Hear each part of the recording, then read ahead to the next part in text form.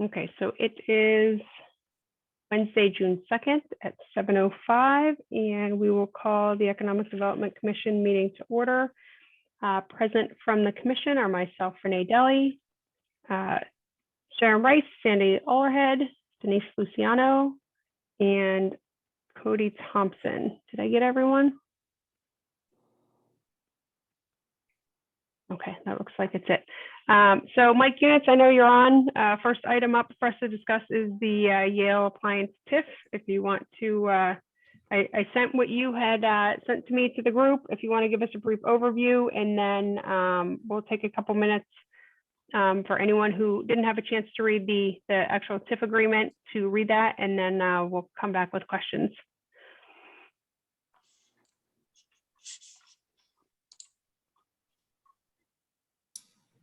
Nope, you're on mute, Mike. I was hoping. And I believe Lynn Tokarczuk has a brief presentation. Okay, great. So we're turning it over to you, Lynn. Yes, good evening, everyone. I am Lynn Tokarczuk, Government Tax Incentives Consultant for Yale Appliance.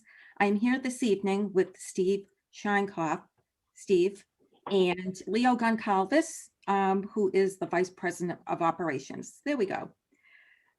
So again, I wanted to thank you for inviting us this evening. We were before you on a couple of weeks ago on May 19th, and we had a brief presentation about the company, their background and history. So we actually wanted just to do a brief recap, if that's okay with you, just to reiterate some highlights of the project.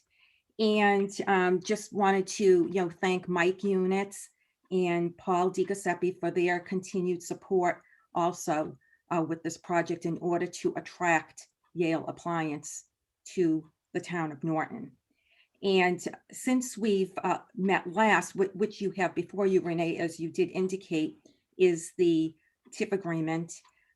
We did have further conversation with communication also with the town last week to further negotiate down the actual TIF percentages.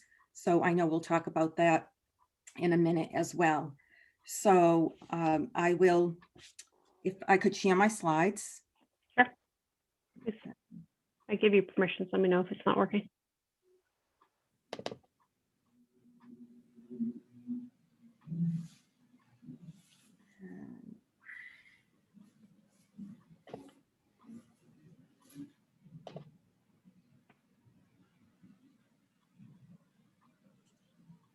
Okay.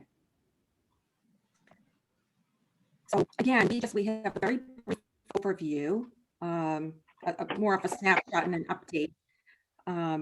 So Steve, if you wanted to just reiterate again who the company is and what you do there.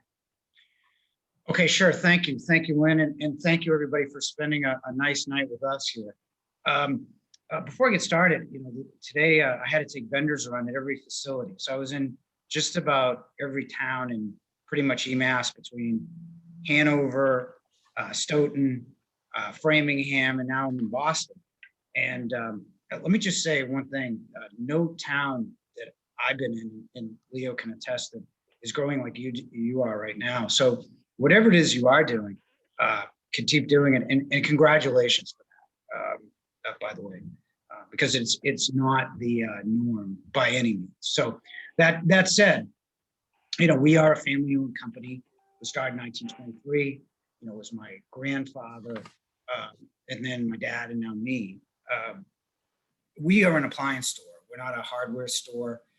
We're not selling anything but appliances. So for us, really, it's a whole spectrum of mid to premium to super premium.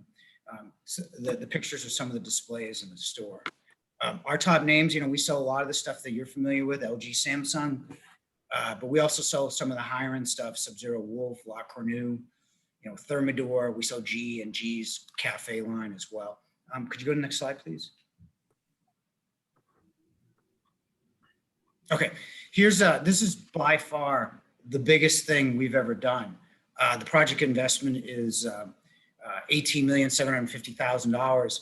I expect, or Leo and I expect that number, given what the cost of steel is and everything else, to be fluid, to be probably more than that. To give you an idea, we just bought a Hanover store, and it was a $2.5 million purchase. So this is by far the biggest thing we've ever done. That said, here's our job creation.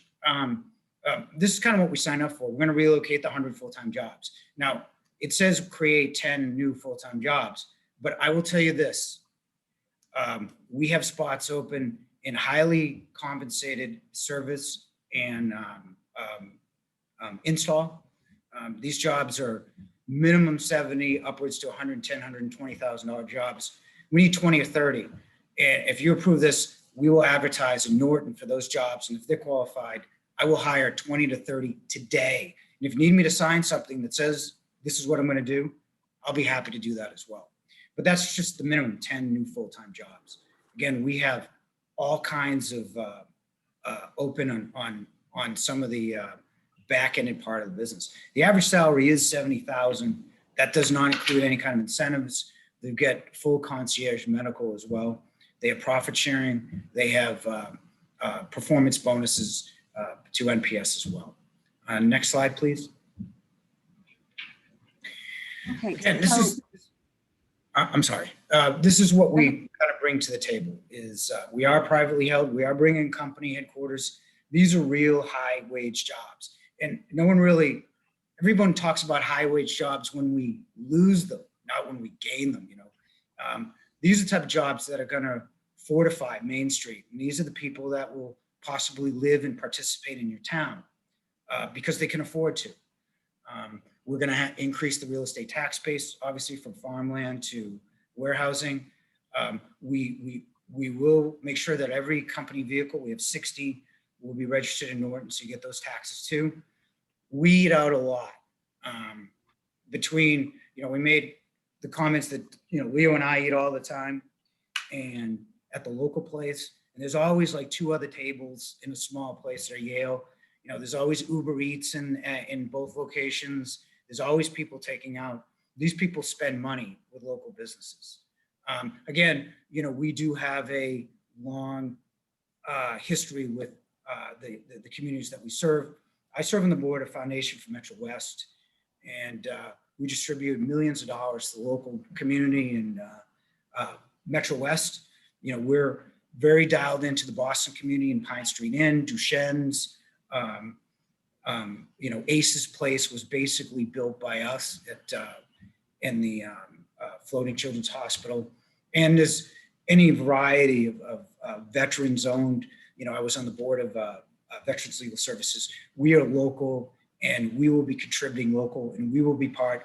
We were on, unbeknownst to me, we were on, I'm sure I participated in it somehow, we were on the Chamber of Commerce at one time when we were in Mansfield. So we do plan on rejoining that as well. Next slide, please. One thing I just wanted to mention about this particular slide, again, is this is a privately held, family-owned business that plans to locate in Norton. One great thing about that is they will always be accessible. If you need to reach Steve, if you need to reach Leo, they will be accessible. As Steve mentioned last time around, they have trucks. Yeah, well, let's go to the next slide. Yes. So just wanted to point that out. Very important.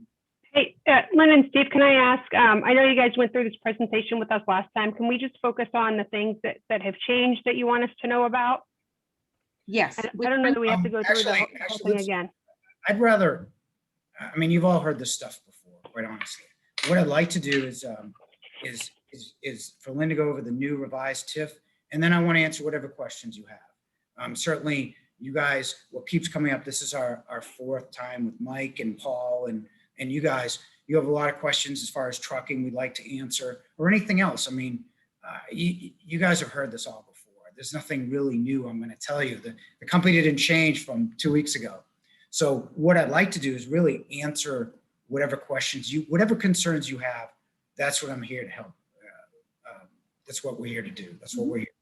So, you know, the higher payrolls and all that, why don't we just go to the new TIF agreement and then have a Q&A if that's okay. Renee, Sounds great. does that work for you? And you can see on this particular slide why the company needs tax incentives, which we wanted to elaborate in tying in with this TIF proposal.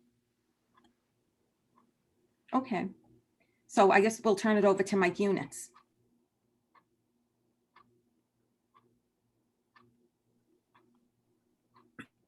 So since we last met, the agreement has been adjusted.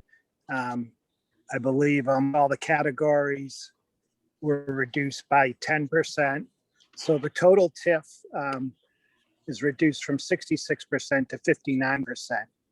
And I think that, I appreciate the company going back and forth. And I think this would be a fair TIF to be able to get a company such as this to put their headquarters.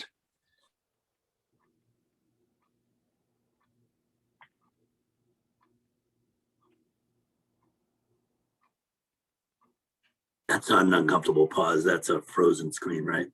I was wondering if that was us.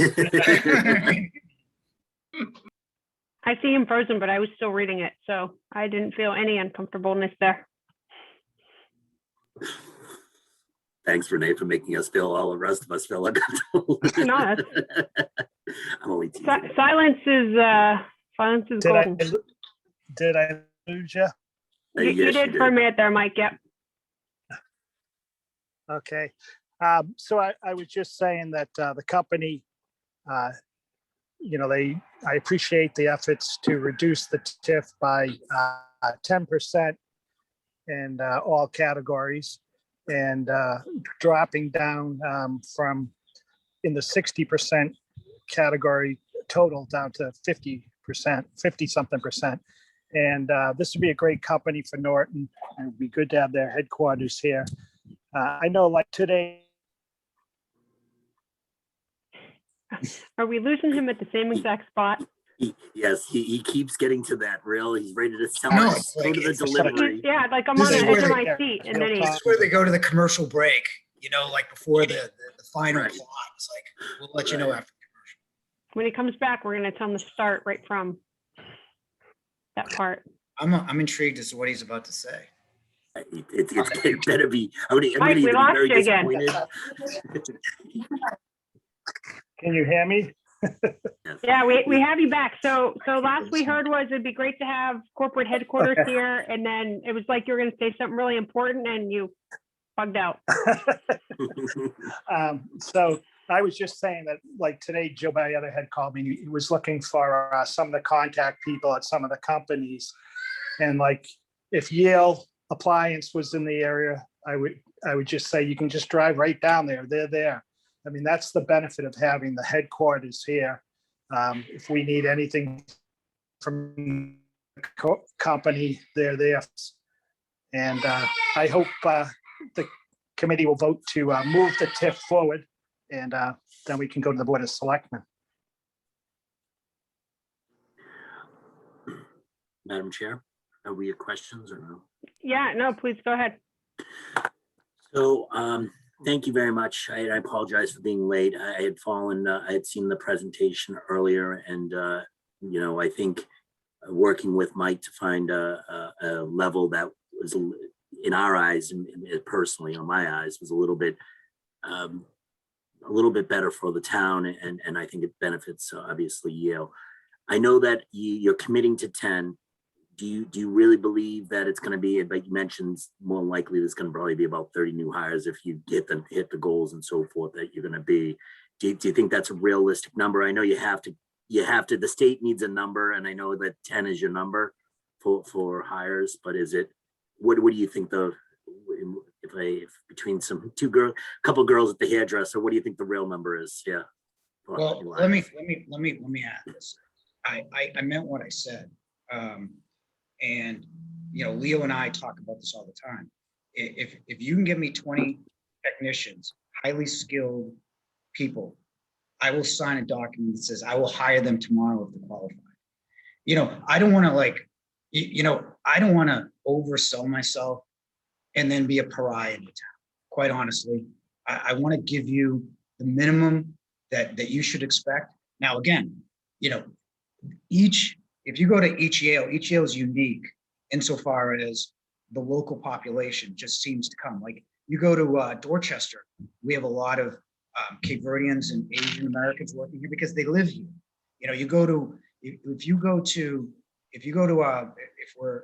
if we warehouse in Norton, over time, you're gonna have more people from Norton there. Just maybe through some attrition, but you're also gonna get that most of the new hires as well. Yeah, go ahead. Mike, I'd also like to say that, you know, our goal is always, we're always hiring. And so generally the 10, you know, what we can't predict is a pandemic. We can't predict what the future brings. So the hesitation there is what the future, we should hire more than 10 over the time of what we're going to.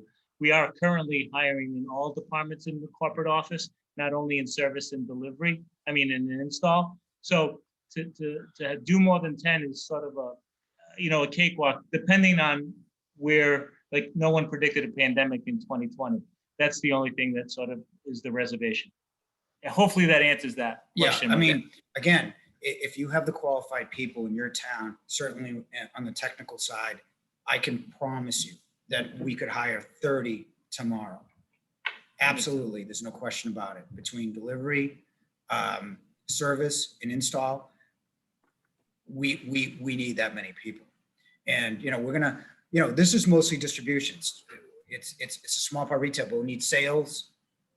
Typically, those come from that town or neighboring towns as well. So we should be able to do that. But again, I mean, you know, it was COVID today. Who knows what tomorrow brings? But I want to tell you, rest assured that if you just get 10, I'd be disappointed. But I think you should get more than that. But again, I mean, we're all kind of humbled because a year and 3 months ago, it was really tough. So One last thing, Mike, just to say, right now, currently, if you look at our sort of posting, Indeed, we have like 8 open positions currently. Just How many did you say? about 7 to 8 positions. Don't quote me, Renee. Don't quote No, I me. won't. Just, you can look at it either in our careers page on Yale. I don't know it off the top. I know about 4 or 5 off the top of my head, but I think there's more than that. And in each one, we're looking for multiple people. no, That may not be on it. yeah, we're also offering, just to give you an idea of how serious we are, we're offering $2,000 if someone refers a technician to us. For a technician. They stay, what's the 6 months, is it? That's a year. It's a year. If they stay a year, you get a check for $2,000. That's great. That's how much we need them. Inexperienced people were offering $5,000 sign-on bonus. Just on a side note, my family had a house at 1340 Dorchester Avenue, right around the corner. We bought it. Way back when I was a kid, we bought some appliances from Yale Appliance. We've been here, you know, since 1984, and we'd like to think that we're part of how the community was built around here, because, you know, this was an abandoned warehouse in 1984. We built it up, and, you know, Dorchester's booming, and we'd like to think we're a part of it. And that was really the only time we've ever asked for anything. That was a $1 million bond by Councilman Thomas Menino. He never let me forget it, ever. So I had to be a fundraiser. Like, I was like an indentured slave, but he was a good man. But imagine the growth just around the store, you know, from people that say, well, Dorchester's not such a bad place.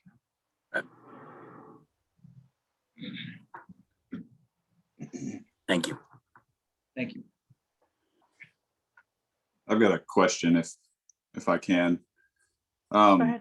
I think on the last call you'd mentioned a few different places that I think you've headquartered over the years. I'm guessing, is Dorchester your current headquarters?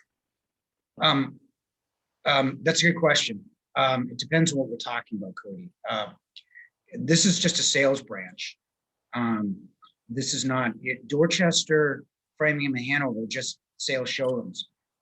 The ops center, where all the phone calls come in, all the services routed, all the HR and marketing is, that's located in Stoughton. Currently, we're operating out of 3 warehouses.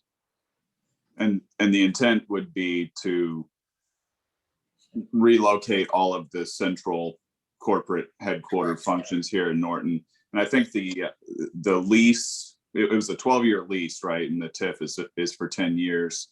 The question I have there is, obviously no one has a crystal ball, but is the intent, building this really beautiful facility that you've shown to stay here well beyond the 12 years?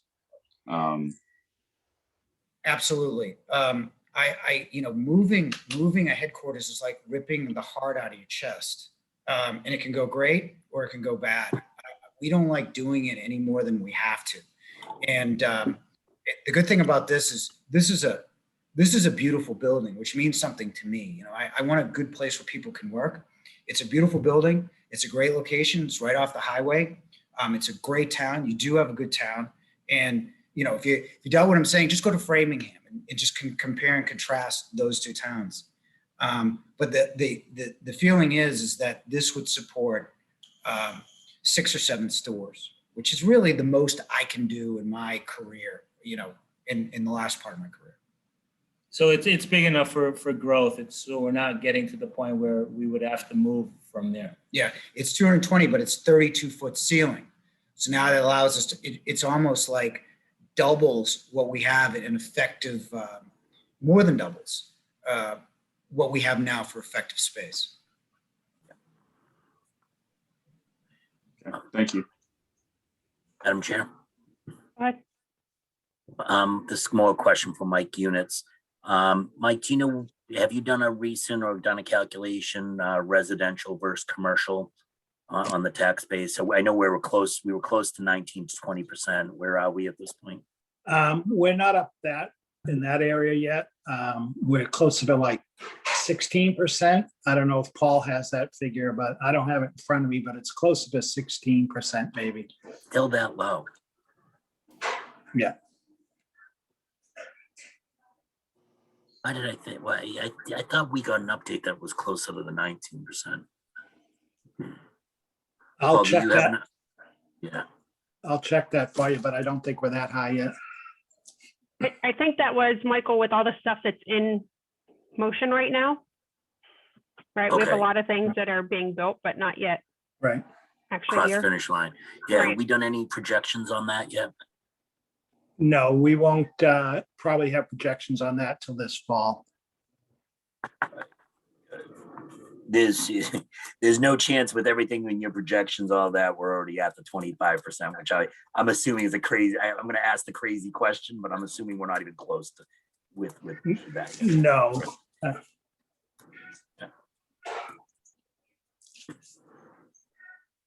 And the reason, if I may just make a statement, not a question, Madam Chair, for me, it's that 25% is that magic number. We need to get there as quickly as we possibly can.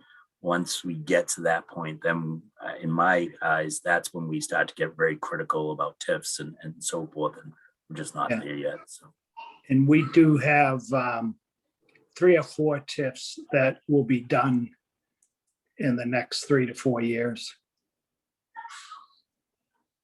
Which ones are those, Mike? I don't know. I'll check. I don't know if I have it with me, but Not right. It's I heard it's no, I don't have it, but I know there's 3 or 4 of them that are up.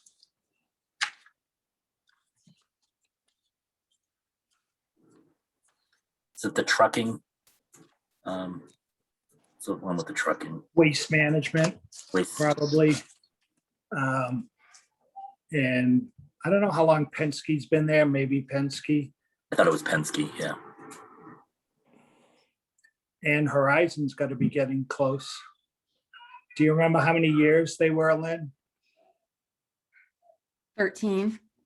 So, yep. So that would have been in 2011, probably. Yes. So. And by the way, Michael, 1648 Dorchester Avenue. Just to reminisce. Yeah, That was my family's house. well, I really want to get into a private discussion about when the bulldozers come in and that on ramp right at Fremont Street to find the remnants of Whitey. But that's a story. That's in the discussion for later. Well, you wouldn't recognize Dot Ave now. It's No. pretty interesting. Pretty interesting street. Very international. So I want to ask the group, have you guys had a chance to go through the actual language of the TIF? And I'll preface that with, this was a recent request based on the experience of the last TIF that came through, where we felt specifically that it would have been beneficial for that language to be reviewed before it got to the select board. So Mike and team, I appreciate you getting this out to us so we can have a look at it beforehand. Yeah, Renee, I did look at it just briefly, very quickly skimmed through it. I didn't see anything that jumped out as being concerning, but I did need to kind of go back and just circle back and look at it a little bit more closely. Okay, so why don't we, with that, let's take like 5 minutes so everybody has a chance to look at that, and then let's come back with questions, because I'd like to close this up tonight if we can. If you need more than 5 minutes, just let me know and we can do that. Nope, that'll work. Okay, does that sound good? Are there any immediate questions before we kind of take a short break? Okay, so I'm going to pause the recording. If there are questions, hang tight before you present it so I could turn the recording back on, just so we can get that for the notes and stuff. Otherwise, if you guys want to go dark for the next 5 minutes, so about 7:37-ish, I'll do a pulse check then and see if we need more time, and we can come back with any questions.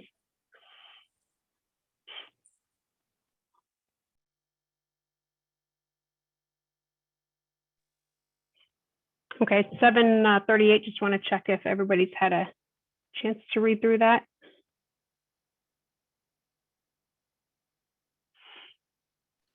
Yes, I just had one question on the agreement. And this seems to be somewhat standard language, but the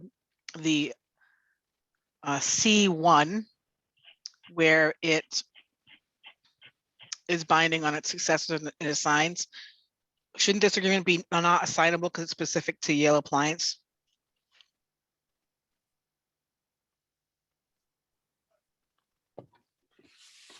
Renee, I can answer that if you wish, or Mike Units. Sure, no, you or Mike is fine with me. And let me just tack on, because she talked about C1, I marked C2, the last sentence, about you may not otherwise convey, assign, or transfer this agreement. And I can follow up with that, but if you want to answer Denise's question first, it might answer mine. Okay, well, so C1 is under the law that it does assign the company and the property owner with any successors. So basically, the TIF stays with the taxable parcel. And so as it's written is in accordance with the law.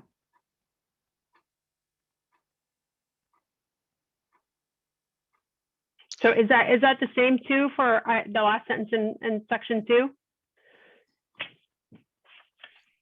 Because if I remember properly, we, I know the language at our last TIF was a little bit different, that it was specific to other entities, I believe, within the, or maybe it was even the parent company or something like that.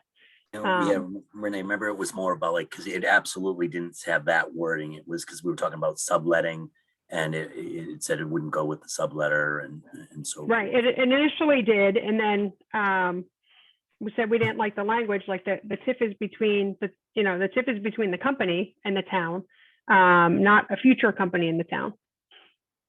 Right, so if Yale Appliance leaves and Jim Smith's Plumbing moves in, it shouldn't go to Jim Smith's Plumbing. Right, if someone it shouldn't be with the parcel. If a equity group bought Yale Appliance and called it Smith Appliance, that I would see the transfer of that, but not just on the parcel. Right, Mike, you want to comment? Well, yeah, I was just gonna say, so C1, where it talks about its successors and assignees, I would assume that then that is clarified in C2, then that says it can only be to portion of the company, or if the company changes names, or it can't be going to someone totally unrelated from the company, which was a protection you wanted in that last tip we did. Yep. So my only concern is with the last sentence of that paragraph, because I'm fine with that to say that it's, if they merge or consolidate, if there's control under another common control with the company, or where all the company's assets or membership or ownership are transferred, right? That makes sense to me because it's still the company. Yeah. But the last line I'm a bit concerned with about that. I mean, I'm fine with the thing that they can't convey, assign, or transfer the agreement or its rights under that, but I'm not a big fan of the end of it with the consent may not be unreasonably withheld, conditioned, or delayed by the town. Like that to me leaves it open. I don't know why that sentence is even in there. So I need some help with that part.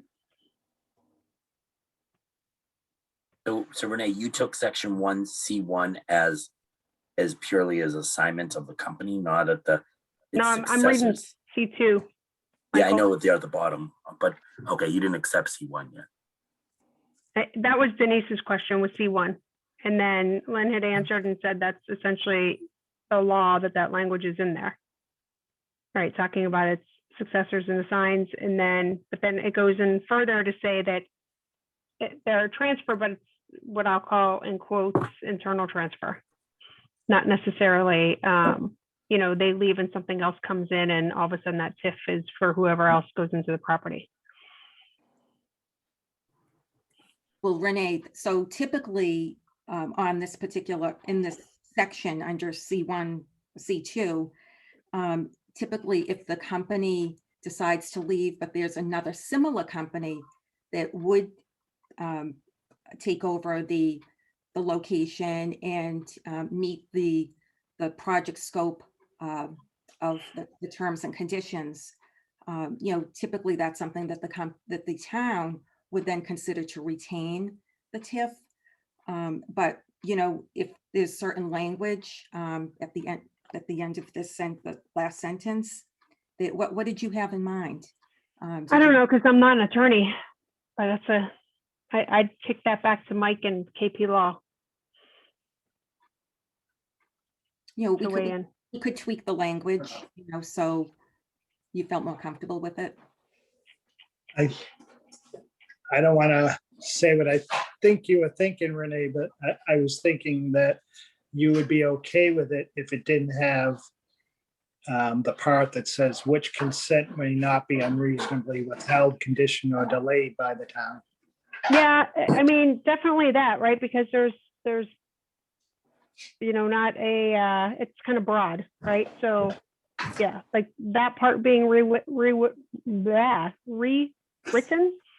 I mean, I think it can just end under or after without the express in advance written consent of the town. That would, that would be, we have had TIF agreements in the past that ended there. So it's more or less the, legal counsel Right.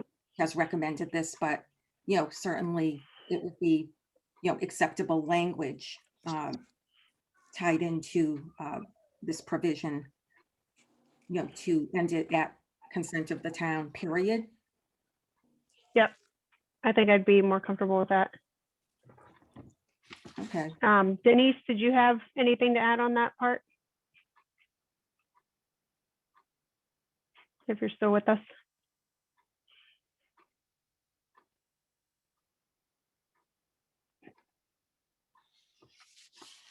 I think we may have lost her.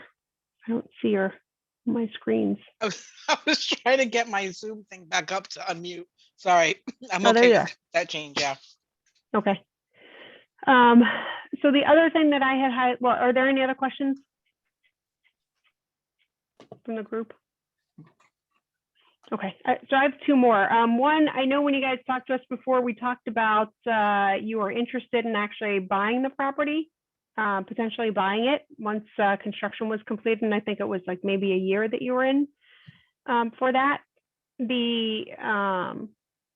I don't see any mention of that within the TIF agreement, and I don't know if that would have any bearing on that. So I guess I'll just ask the question on what would change or what could change if the property owner, right, became Yale Appliance and no longer the Leonard Street Phase 2 owner.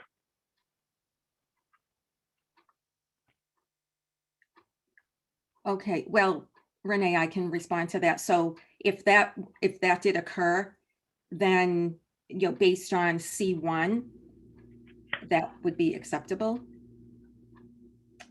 for the tenant then to purchase the property if that did happen in the future. Okay, and then the TIF just stays as written, and Yes. it's just, you would assume, I mean, really, it's the assumption of the property owner to the company anyway, right? Yes, and at that point, the building would have been constructed. Yeah. And so the other provisions for company obligations would be more on the jobs and some of the other provisions outlined in the company's obligations. So that would all remain the same. Okay. And then my last thing, so we had a lot of, thank you, Lynn, for that, by the way. The last thing is there's quite a bit of conversation about the number of jobs and what was anticipated. So I'd like you guys to consider two different things. I'm going to throw this out to the EDC first for comment. Right now it's written as 10 new permanent full-time jobs at the property over a 5-year period. I'd like to see either the time frame shortened a bit or kind of meet in the middle on increasing 10 to, I think you guys are saying 20 or 30, maybe increasing 10 to 15. But let me first ask if any of the members have any comment to that. Well, first of all, on the jobs, that's something that the company, you know, would have to decide. But I know we've had many discussions on that as far as the job creation. And as you know, under the law, there is a compliance measure that the state provides. There's an EDIP annual report, which I'm sure you've all perhaps taken a look at, or if not, I know Mike Units has. And it's a portal system that on an annual basis, any company that has received a TIF or other tax incentives is required. It's regarding compliance and accountability to make sure the companies are in compliance with their commitments, jobs, investment, etc. And so this information is accessible on the state's portal to the cities and towns in Massachusetts to view. It is on an annual basis. The reports are out in January every year, and they're to be returned to the state back by the end of February. And so the company is aware of this. And so as Steve mentioned earlier, you know, they want to make sure that they meet their job commitments. I understand. But, you know, again, going back to the conversation was 20 or 30, you know, very easily. So, you know, not having the ball in front of us. Again, I think that there can be some additional movement on from 10 or a shorter period than 5 years. But again, let me ask the EDC members to comment. Certainly, if you guys think it's my thoughts are way off base, I appreciate hearing feedback. I'll say, based upon Steve's comments of, you know, 20 or 30, or being able to hire 20 immediately, if we had the qualified people, I'd say, you know, shortening the time period, I think would be a reasonable ask. 5 years does seem like a long time to create 10 new jobs if you have the 10 new jobs already available, like the positions created.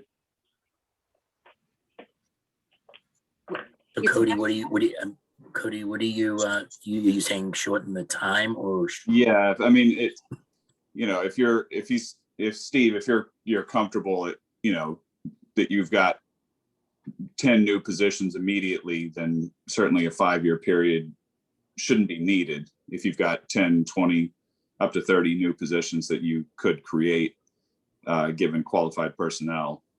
I know that's a big if, because that's, everybody's hurting for good people. But certainly a 5-year period, if you've got the 10 new positions, you currently have 7 or 8. I think your partner there had mentioned that are currently posted. Hopefully it wouldn't take 5 years to fill out those 10. Listen, I'm happy to do what's reasonable, obviously, but you kind of hit the nail on the head, Cody.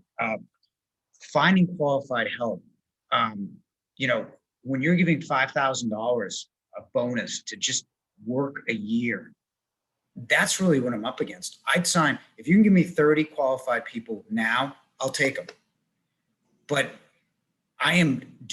we are doing everything. There's not a day that we don't meet that we talk about recruitment strategies. We have a full-time recruiter, and I'm happy to canvass your town to get available people.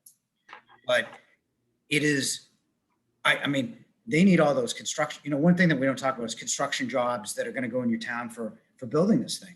And they say they're going to get 250 people. And I'm like, where are you going to get these people? But I'm not the actual builder. I would sign up for anything that's reasonable, but getting qualified help, I don't know what you guys, do beside, but it is not easy to whip up these jobs. I'm giving real incentives to get people and give them good salaries and even train them if they're technical. That's the only thing. My heart will be in the right place. But if there's nobody in your town that's either A, qualified, or B, wants the job, it's going to take time to get them. I would love, and I'll have job fairs in your town. I'll do everything I can, but I can't knock on doors in the middle of the night, throw a hood over their head and say, you work at Yale, So yeah. And Steve, let me separate out the two things, because we weren't referring to Norton specifically, Norton employees. I was referring only to the number of jobs, right? I know that you guys will make reasonable efforts to hire qualified Norton residents. That's not the issue that I was referring to, just specific to the number of jobs. We hope to get more jobs, but once again, it's just not that easy right now. It just isn't. Well, I understand right now it's not that easy. I think everybody's like, you have McDonald's who probably never gave out a signing bonus. They're giving, $1,000 to get people to apply. That's going to change over the next 6 months, just based on, changes that are going to happen federally, and people are going to need to start getting jobs. But, we're looking at, what's the project, like mid next year at best, or the end of 22. Right, for you guys to be up and running. So we anticipate that's going to be a better economic environment. And again, I see 5 years, like that stuck out at me initially, and I'm fine moving that down. And there's also, if you guys run into, and we did this with another company, right? Pandemic hit, they couldn't get people in there, and we revised. They came back to the table, and it was a 30-minute discussion at the EDC, a 30-minute discussion with the select board, and a presentation at town meeting, and it was done and revised, just because of the troubles that they had faced in getting employees. Okay, here's what I'm willing to do. And I think that I hear what you're saying. As long as we sit here in 5 years and say we still have this overheated employment contract, if I was to say to you, Renee, here's all the things that I've done to try to get local people, and in 5 years, if you're okay with that and saying you've made more than reasonable efforts, here's some more time, I'm willing to decrease the time. I want more people from your town, The B3 though is just 10 jobs over 5 years, but not specific to Norton. Oh, jobs. It could be from anywhere. Oh. Madam Chair, I would echo what you're saying. I'm not worried about the time. I want to see, as you can see, Steve, we're the kind of beginning stages for this. It goes in front of the select board, and then we'll go in front of town meeting. Something about the number of jobs, I think, makes a difference. And I think your hope and your vision is 20 to 30. I would love to see that number a little bit higher, to split the difference at 15 or so forth. I want to leave the years alone. I'm hoping that you're coming back to us in the 5 years and saying I had 30 people. and then that's a moot point. But it's kind of, when we look at these, we kind of have to say, all right, it's a little bit of pressure on the town because of the tax burden, but also, you're also kind of you got skin in the game too, which thank you very much for coming to it. And that's a big part of the skin. So I appreciate it. I don't want to minimize that. But I think to the chairwoman's point, I would love to see that employee number a little bit higher. Renee, if I could, Sure, please. I just- We need people, so that doesn't seem to be a problem, quite honestly. What was that, Steve? We need the people. So I'm okay with what you're saying. We'll make reasonable efforts to increase. We do need the people, So you're saying that you would be amenable to changing that to read, you'll retain and relocate your 100 full-time permanent jobs and create 15 new permanent full-time jobs over a 5-year period? That's fine.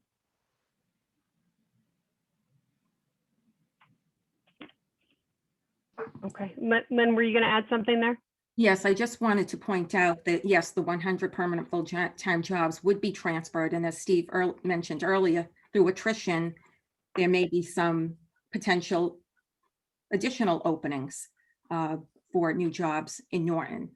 And as far as the 10 new jobs, those are for the new facility, the 210,000 square foot facility, and the jobs that Steve had mentioned, the 20 open jobs are what they currently need today, not necessarily for the proposed new facility. Right. I just wanted to clarify that.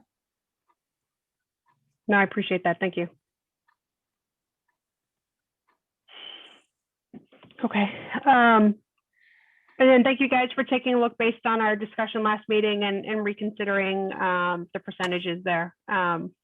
I think, I know Laura's not on the call and I just lost that page, but to her point, she had mentioned what has been happening in the town and trying to be more aligned to, I don't want to say 50-50 split, but certainly something that wasn't as, I don't know what the word I want. I don't want diverse, but different, I guess, between the town benefits and the company benefits. So I think I appreciate you guys putting forth that effort and making that modification. Okay, so any other questions from members? Just a statement, I would echo your feelings, Renee, and I appreciate it as a member. I'm sorry. I said, I just wanted to echo the chairperson's sentiment on that, of you going back and reworking your deal on this. It really does. We appreciate that. I think it's from what I see, it's a fair deal for all of us. Thank you. That's what we want, I think. Not I think. That's what you want. No, I don't. I thought you said I think. No, I don't want everything. Obviously, there's. Yeah. No. We in order for us appreciate it. Thank you. Okay, if there are no more questions, we can move to a vote, but just want to open that up. And Lynn and Steve, if you had anything further that you wanted to add before I do that. No, we just thank you for your consideration, and the company looks forward to establishing a very strong partnership with the town. Excellent. We do too. And we're always here. We're always here to help. So when you guys, start to be in town more and that building's coming to life, we'd be more than happy to have an invitation to meet with you on site and see what you guys have planned. That'd be fantastic. Yeah, definitely. No, I really appreciate it. It's been, you guys are professionals. You're fair, a little bit tough, but you care, and so do we. So definitely, we'll, no one will be happier than me when this thing goes up. Trust me. So yeah, we definitely have openings and all that, and show you what we're about. We consider that done. That's easy. Thank you for taking. Okay. Yeah, and thank you again for the time. I mean, it's a beautiful night, and we're talking about TIFs. Yeah, and I know Mike wants to get off the call, that's for sure.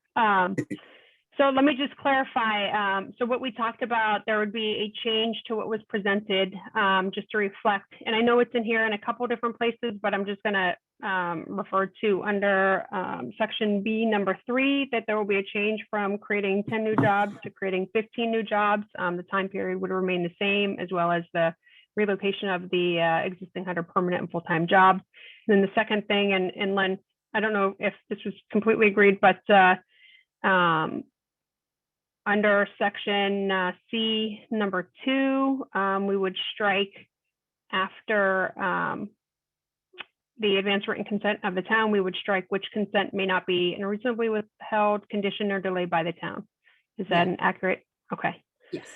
Okay, so with those 2 modifications based on our discussion tonight, the chair will entertain a motion to support the TIF agreement between the town of Norton, Yale Appliance, and Leonard Street Phase 2 owner LLC. So moved. Second. Okay, a motion and a second. Any further discussion? Okay, we'll do a roll call vote. Hold on one second. I just had to see how many we had on. Michael? Aye. Denise?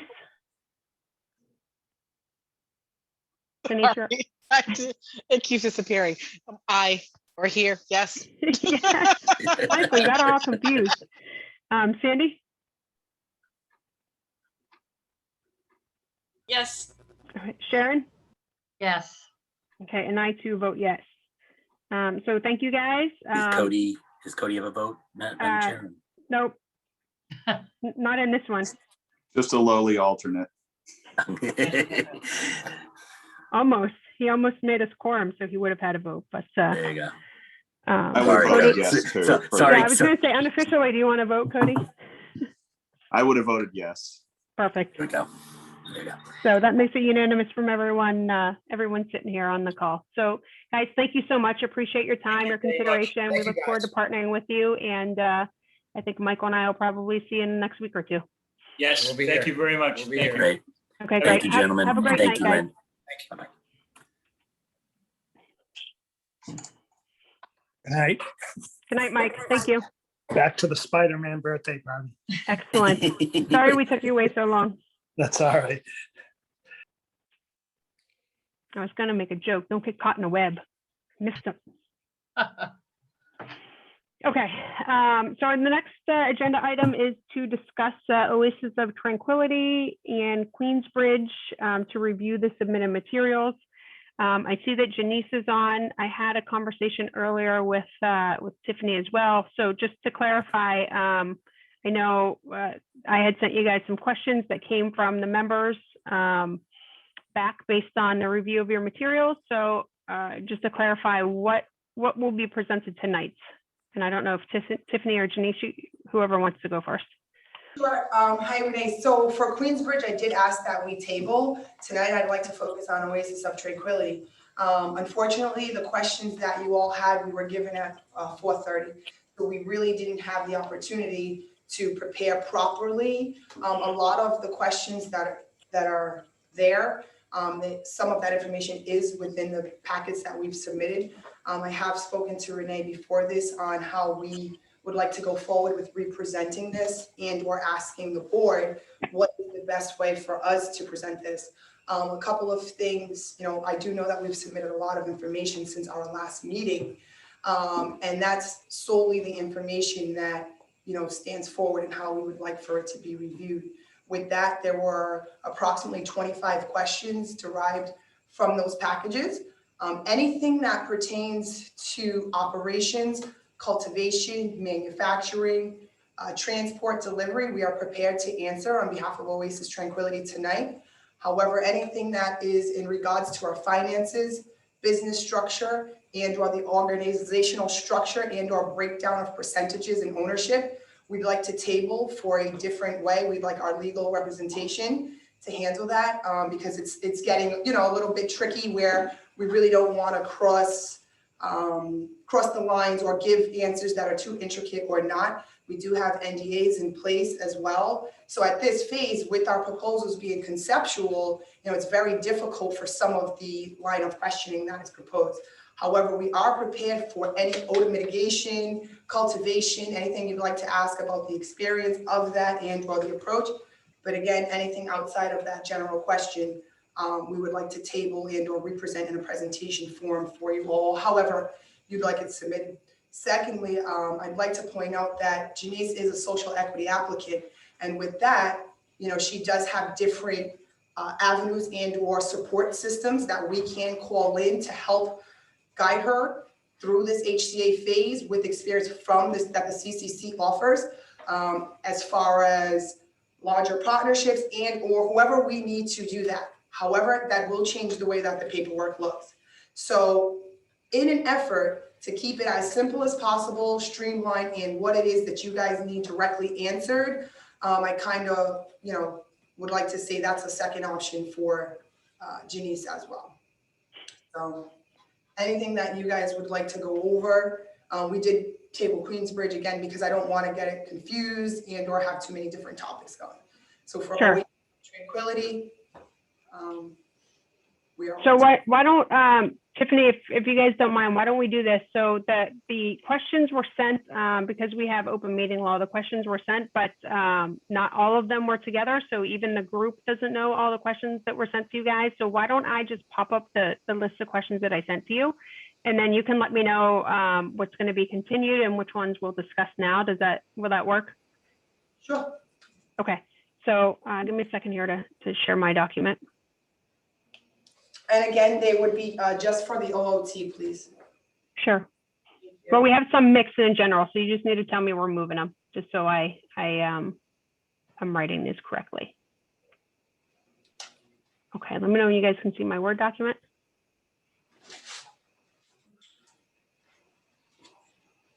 Got it. Okay, thank you. Silence there. Okay, so I move the Oasis of Tranquility up here. Let's just run through these and then I'll just move them up and we can talk to them. So I think this one, based on what you indicated there, that this first one about the business being separated and our questions of the structure, you want to move that to next time? Absolutely. Okay, and then the next one is, I'm so sorry, did you have a comment? I'm sorry. Top questions, did you wanted to skip them or do you want to go over those? Because those are the ones that pertain to Oasis of Tranquility. Yeah, so you wanna address this one here? So above that, we're discussed. Yeah, no, I'll come back to these. I'm gonna get it. Let's go through them real quick and then we'll move the ones that we're gonna discuss up top and then we'll get into the deeper discussion, if that's okay. Oh. So here, I could probably, I don't know how big your screen is there either. Let me make this a little bigger. Does that help some? Yeah. I just lost it. Hold on. This Zoom panel keeps getting in my way. I can't move it. Okay. So these ones we'll come back to. We'll discuss those. I just want to categorize these. So the first one here was about not the business are separated.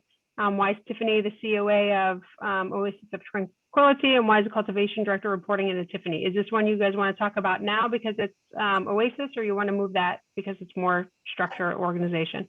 Yeah, no, it's actually a pretty general question. So as COA, which is Chief Operating Advisor, my position is right now in the upfront phase, the HCA licensing process, and to pull together the business plans and then hire the proper person to run the actual facility.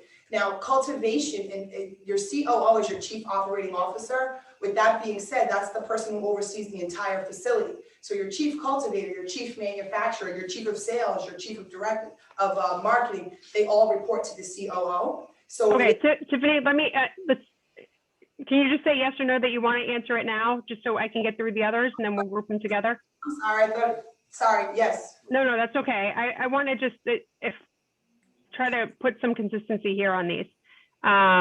So in respect to the funding, this is about Oasis. You said that you didn't want to talk about financial, or does that include this question here for Oasis, or because it's Oasis, you prefer to talk to it tonight? We can talk about it tonight. Okay, thank you. And then this one was about site information and build out plans for distribution delivery. So that is, that's going to be Queensbridge, right? Correct. Okay, so let me move that one out. It's going to be messy for a minute. Okay, the cultivation advisor. I don't know where this one is going to sit because I think it's on both sides. We can answer that tonight. Okay, thank you.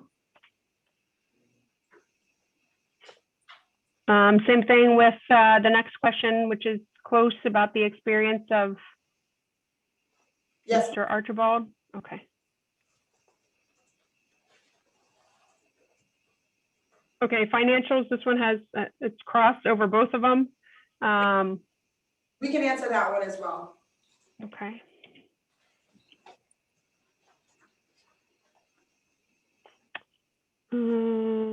Okay, this is about the structures online for both. We can answer that. Okay.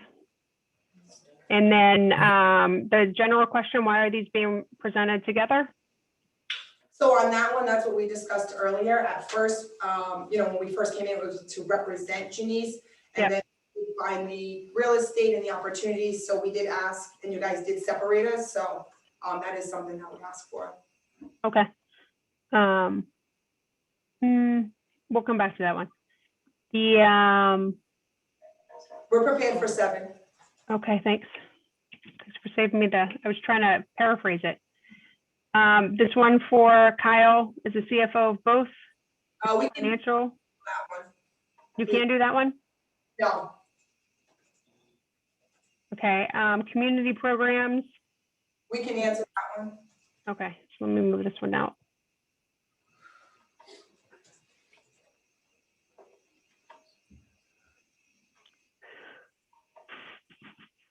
I think this one is, this one based on the delivery, is this more focused on Queensbridge? Do we want to move this?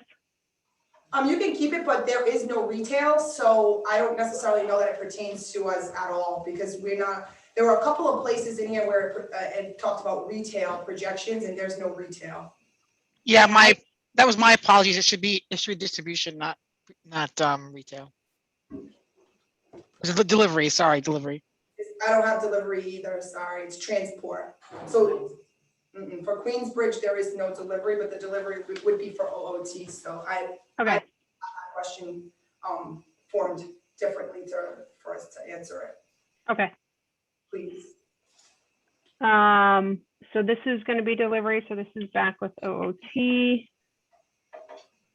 can answer 10 as well. Okay, I don't know, is this a question for both guys? I don't know who submitted this one. Yeah, it'd be both. I think the both proposals mention priority to Norton, 50%. Okay. I'm just gonna put one down here. I don't know how that copied. Okay, so this one, do you guys want to talk to this as an expanded footprint with that property, the solar farm in between? You want to talk to that tonight? No, I'm gonna put that in writing with the presentation. Okay. And then the last one, so this will be a copy for both, so I'll put one up top and one down below. We'll leave that for legal, please. Okay, you want same thing for Oasis? Leave it for them? Yes, ma'am. Okay.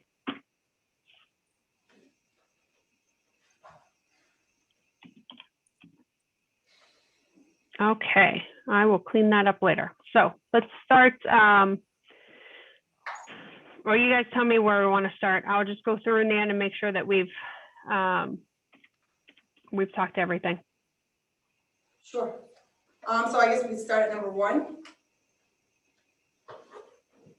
Okay, so how much of the initial $10 million investment has been raised? So for Janice's project, she's fully funded. She has a commitment as contingent on HCA and licensing. The forms that were submitted are directly from the lending company that, is providing the funds. And the contact information is there as well. There was nothing redacted, so there is information if you need to reach out, or we can have something else provided. Okay, it was in there, so if it was in there, we can confirm that.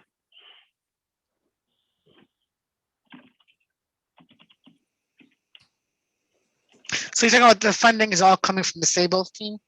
Saboff, or I'm not sure if I'm pronouncing that correctly. So in this, that's why we gave two separate proposals. So Kyle is my partner with Queensbridge. So Queensbridge first 1.5 million is self-funded because we're partnered, ownership, partner, cultivation and manufacturing transport.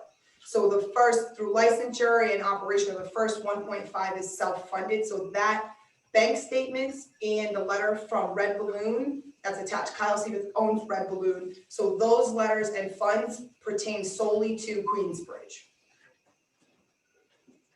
Okay, so maybe I missed the investment information on this 10 million because all I saw was the Saboff. So on the 10 million, it's a letter. It should be it's a full letter from the lending company. We'll resubmit it. No, I'll look again.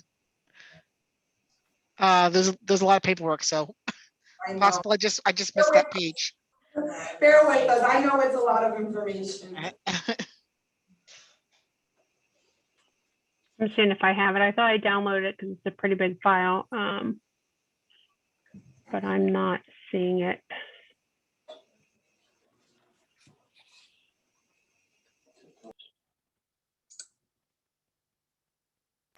Renee, Brent's gonna send it right now. Just the one form. If you could tell me what page it's on, I have the Oasis one up. If you know right offhand, otherwise. That, I don't know what page it's on. It's in a PDF file. So, we'll get an answer for you before we get through the Okay, question. if you can just pop it up and we'll look at it on screen, I think that'll be fine. Okay, so we'll come back to this. Let me just highlight it.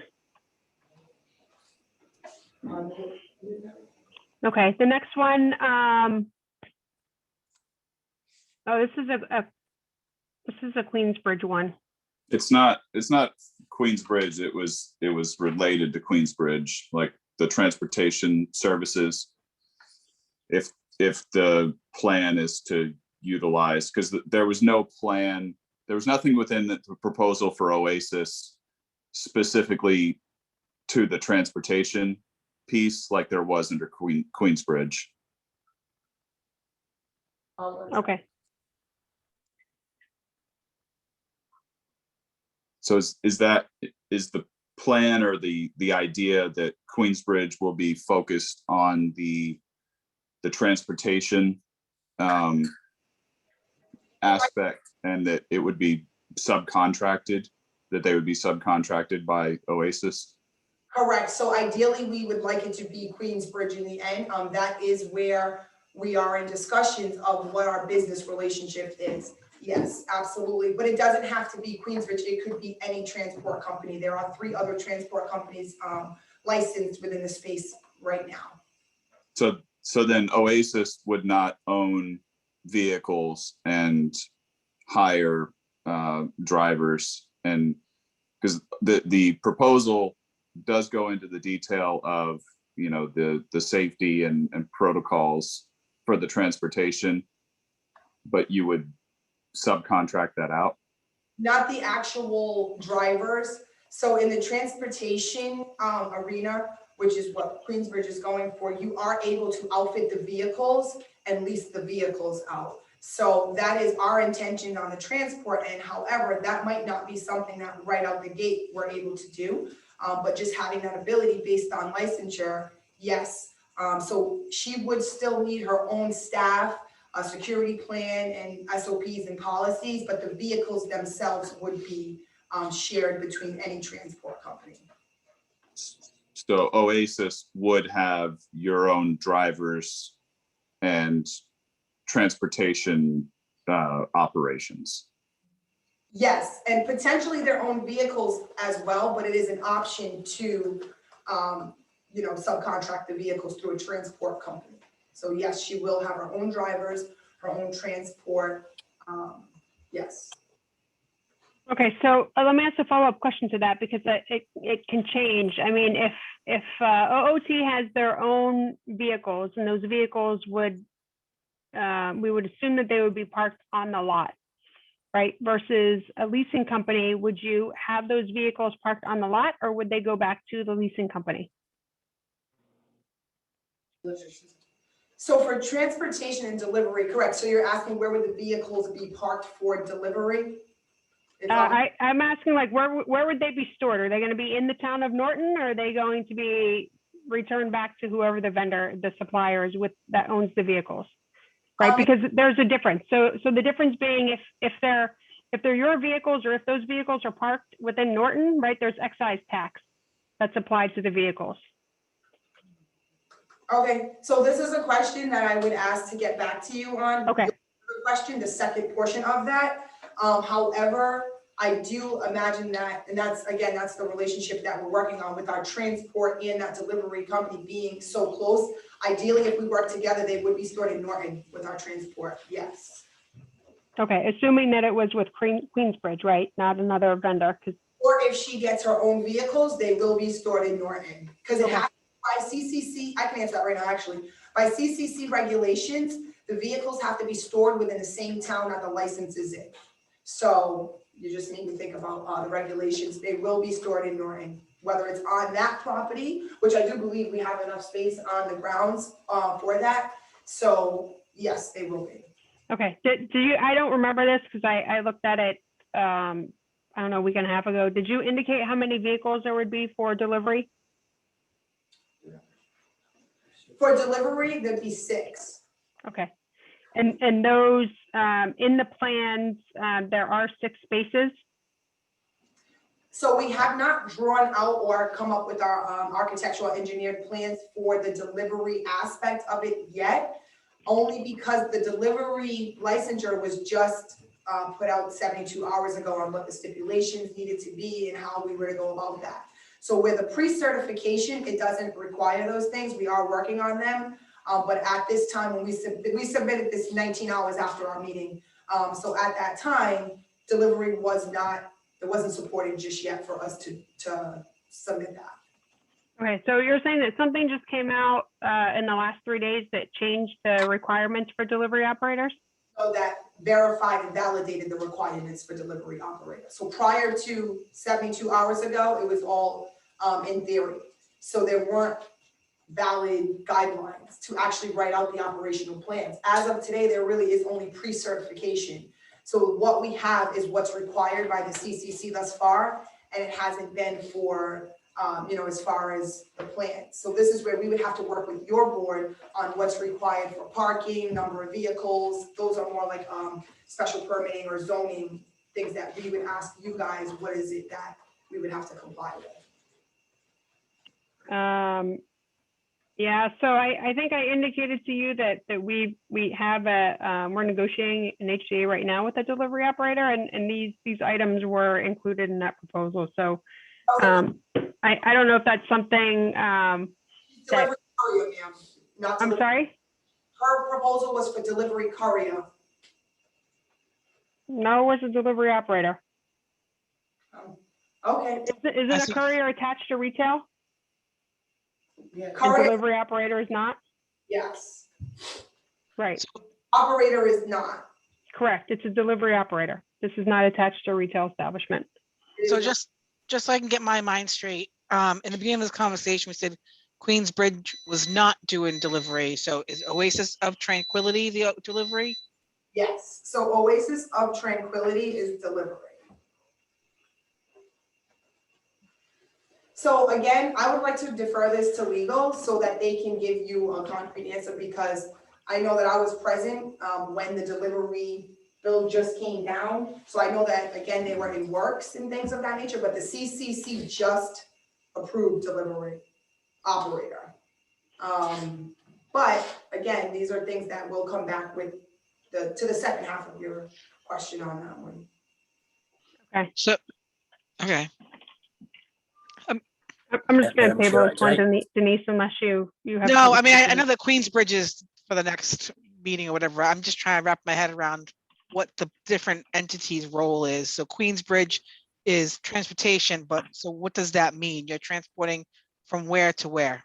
So transportation it's a licensure for business to business. So you look at it more as like Brinks for transport and Uber, which is delivery. So they're two separate entities at all. So transport companies are not allowed to deliver to a consumer.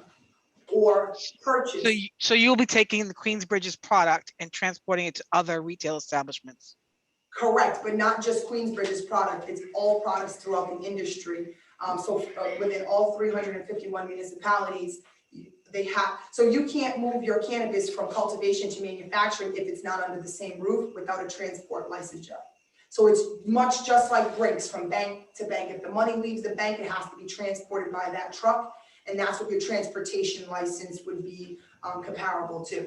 Your delivery license is more from business to consumer. Delivery wholesale also allows you to have a warehouse, which is, it could be a standalone location. It allows you to have a vault within a cultivation site, which is what Janice has proposed. So the difference is, again, one is B2B and the other is from business to consumer with different purchasing rights as well. Right. So it's two different jobs, and that's kind of why we work together. You'll see that delivery operators and couriers, couriers more so are for retail, but delivery operators need to have relationships with cultivators because they need to be able to buy products. So if you don't have a relationship with the cultivator as a delivery operator, you cannot sustain the business. And that's much of what's going on, you know, the background of delivery in cannabis right now. So to establish the relationships at inception of the businesses is what's going on. There are only 13 cultivation sites in the state. Although there appears to be much more licenses, the infrastructure is just not built. So you have to work together in order to even be able to move our product from business to business, never mind from consumer to from business to consumer. I hope that answers your question. Yeah, but it raises other questions, but we'll address it next week with next meeting with the Queensbridge stuff.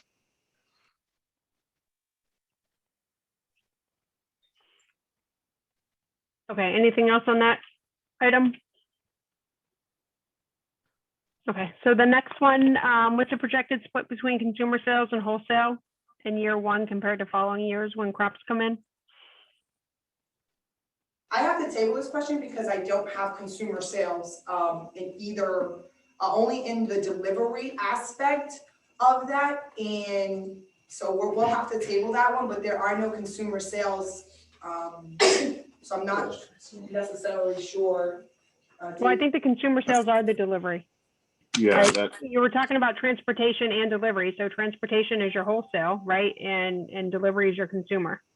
Right, so what I'm saying, I'm gonna leave this for the attorney because I don't know if they Right. should necessarily be in the same question because OOT does not have wholesale. So I don't know what the split between the two means. This is what I mean, I really don't understand the question, so we're gonna have to table it. so, well, let me, I guess, clarify for future reference on the wholesale piece of it. Obviously, is a cultivator and manufacturer that OOT is proposing to be. Is it 100% of the product that's manufactured is going to be delivered, or is some of that going to be transported via whoever to as a wholesale to retailers? Oh, okay, so absolutely not. The demand for the flower outweighs the supply right now. All 101 retailers have verbally and are willing to sign letters of intent that they're looking for the flower. So what will be, only thing that can be transported out of delivery phase is a finished product to the consumer. So basically, we would need to give you the consumer projections, but the wholesale and manufacturing projections are separate and apart from that. And the majority of it will not be delivered. If I'm answering properly, I believe. So you're saying the majority of the projected financials, the sales or revenues, would be as a supplier to retailers? Yes. Okay. And manufacturing as well. So the majority of it comes from cultivation and manufacturing, absolutely. And so you would also, within the business plan, be manufacturing. So you'd take receipts, you receive deliveries of the flour and take that through the manufacturing process to produce the product that then would be sold via wholesale to retailers. Yeah, that's the confusion, but Oasis of Tranquility is a manufacturer, not Queensbridge. We both are. So, all right, the way in the licensure, what happens is a cultivation license only allows us to grow the flower. That's it. You can only take off the top half of the plant, take the flower, send it to a manufacturer who will then break it down in the proper packaging. Now, when you send that flower, it's only a transporter who can send that flower over. Now, for purposes of Oasis and Queensbridge being under the same roof, we will take our flower, send it to our manufacturing, which is, indoors, and you process it, whether it be into tinctures, vapes, edibles, whatever it is that the market allows. And we're also able to process other cultivators' products. So there are some standalone cultivation sites that they have to outsource their flower to do so. So after that, once it's in the manufacturer's hands and it's packaged, from there, the transporter then has to come, the transport licensee has to come back and pick it up. Some of that could go to delivery. Now, in order to supply a deliverer, it has to be a pre-filled order. So you have to have some type of online store. She would have to make sure that her orders are filled for the delivery. So yes, from a manufacturer, it would go to a retailer and or to a delivery driver. Already packaged and processed. And in Massachusetts, they're not allowed to sell more than an eighth of flour in a package. So you're telling me that Oasis of Tranquility is going to pay Queensbridge to come in and move it from one room to the next to manufacture it? Yeah, because it's in the same, under the same roof. However, let's say up the street, there's another cultivator who doesn't have a manufacturer's license. They could hire Oasis of Tranquility to process their flower. They would have to. And then a transport company would have to come and drive that in for her, whether or not we have any business together or not. Right, so wouldn't your financials be based on what you're being paid for that transportation service, not necessarily what the retail value is of the product? For the transport license, are we speaking of? No, you're being paid for a service, right? For manufacturing. For transportation. So for transportation, yes, that's separate. Those projections are based, now delivery and transportation are two separate entities. So yes, they are different. Your projections are not based on the flower for transport. It's based on the amount of. But Queensbridge is not delivering. Correct. So Queensbridge's financials should be based solely on transportation. No, because we are cultivating and manufacturing as well. That's why. Okay. I don't understand this at all, but okay. Okay, so I'm gonna table anything financial because it's tricky and it's above my pay grade. And at this point, it's really complicated to explain because the way that the licenses work, it dictates how we operate. It's not really something that, we can debate, but so Queensbridge projections are based on a 25,000 square foot cultivation, manufacturing and transport. Those right. Right. I guess from a 30,000 foot view, what I'm looking for is a very simple, like Oasis of Tranquility. This is what's in the scope of what they do as a business, right? Their cultivation, their manufacturing, their delivery. And then Queensbridge, this is the scope of their business, which is transportation. And then everything that falls out below that should be tied only to that purpose, not crossing over into each other, right? Correct. And this is how I submitted it with two separate plans, and that's why I'm asking to keep it separate because you're absolutely right.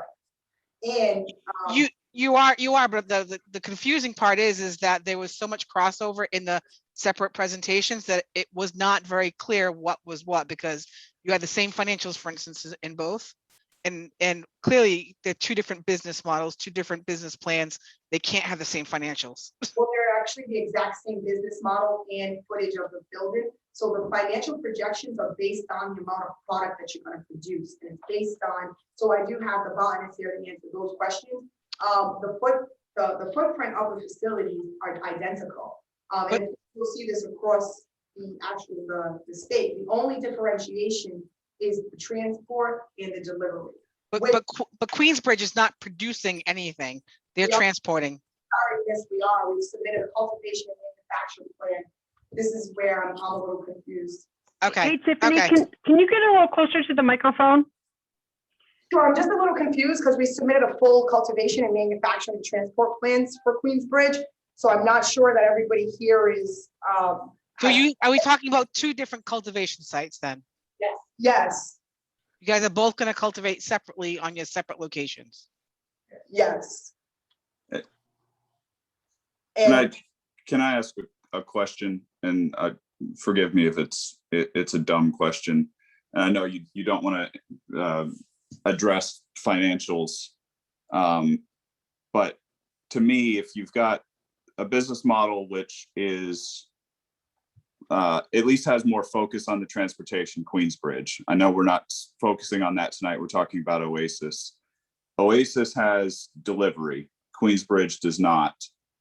And there will be some aspect of the revenues derived from the business of Oasis from consumer deliveries. And the transportation piece of it, whether you're renting vehicles, leasing vehicles, own the vehicles, whatever it is, Queensbridge, I think the proposal said they'd have 10 vehicles and had a very more focused proposal for the transportation piece of it. Those are transportation business to business, not delivery to consumer. Oasis of Tranquility would be transportation and delivery. So I'm having a hard time understanding how the financials and the financial modeling would be the same for two companies that are very similar, because you have the cultivation and manufacturing and transportation, but Oasis has delivery, and how they're going to be exactly the same just doesn't make any sense to me. so Oasis does not have transport and delivery. The only difference is in our license is she has delivery, we have transport. So the reason why I'm not sure that I actually agree that the focus of either one of these plans should be the delivery or the transport, because the biggest revenue, the biggest operations is both of our cultivations and manufacturing. The transport and delivery are actually support companies to both of them that also generate, large streams of revenue as well. And they should also be projected differently. You're absolutely correct. So the transport projections, we can tell you that the financial projections in all of cannabis have been very uncharted territories because it's never been done before. We have very vague projections on what a delivery operator may make based on the loads right now. I've been on the back sides of most of the contracts, except for in Norton, whether it's because, again, they are social equity applicants only that can do this. And with Janice's resources, we have seen where these projections come from. And to be honest with you, there's no way to validate them yet. It hasn't happened. But as far as the cultivation and manufacturing, I would, if the focus is on transport and delivery, I'd like to ask that it, does really focus on that, because that's the larger portion of the business. Now, the transportation, separate and apart, we have given projections and the business plan on that, which the delivery operator and transport business models or business plans, so to speak, based on the regulations, don't really differentiate too much. The difference is the amount of loads that a delivery person can go out on. They can only go out at $10,000 maximum load. So to actually know how much delivery will go out, I don't think that the industry is there yet, if I'm giving you a genuine answer. But as far as cultivation and manufacturing, that is the meat and potatoes of both of these proposals. And I keep on saying this, I don't know if there's a better way to propose this, because that really, really, really shouldn't be something that's secondary. And I don't know if, a better way to articulate that. Well, let me at least kind of express the concerns and the difference between the two business models, at least as far as I can tell. When you're talking about cultivation and production, manufacturing, and transportation, the majority of that is going to be outgoing. I'm sorry. The majority of your traffic flow is going to be outgoing. You're not receiving deliveries. As a transporter, I guess you could be going out and getting flowers from third parties that can't manufacture because they don't have the license and they don't have it on site. So they bring it back to your site so that you can do the work for them, and then you're sending it back out.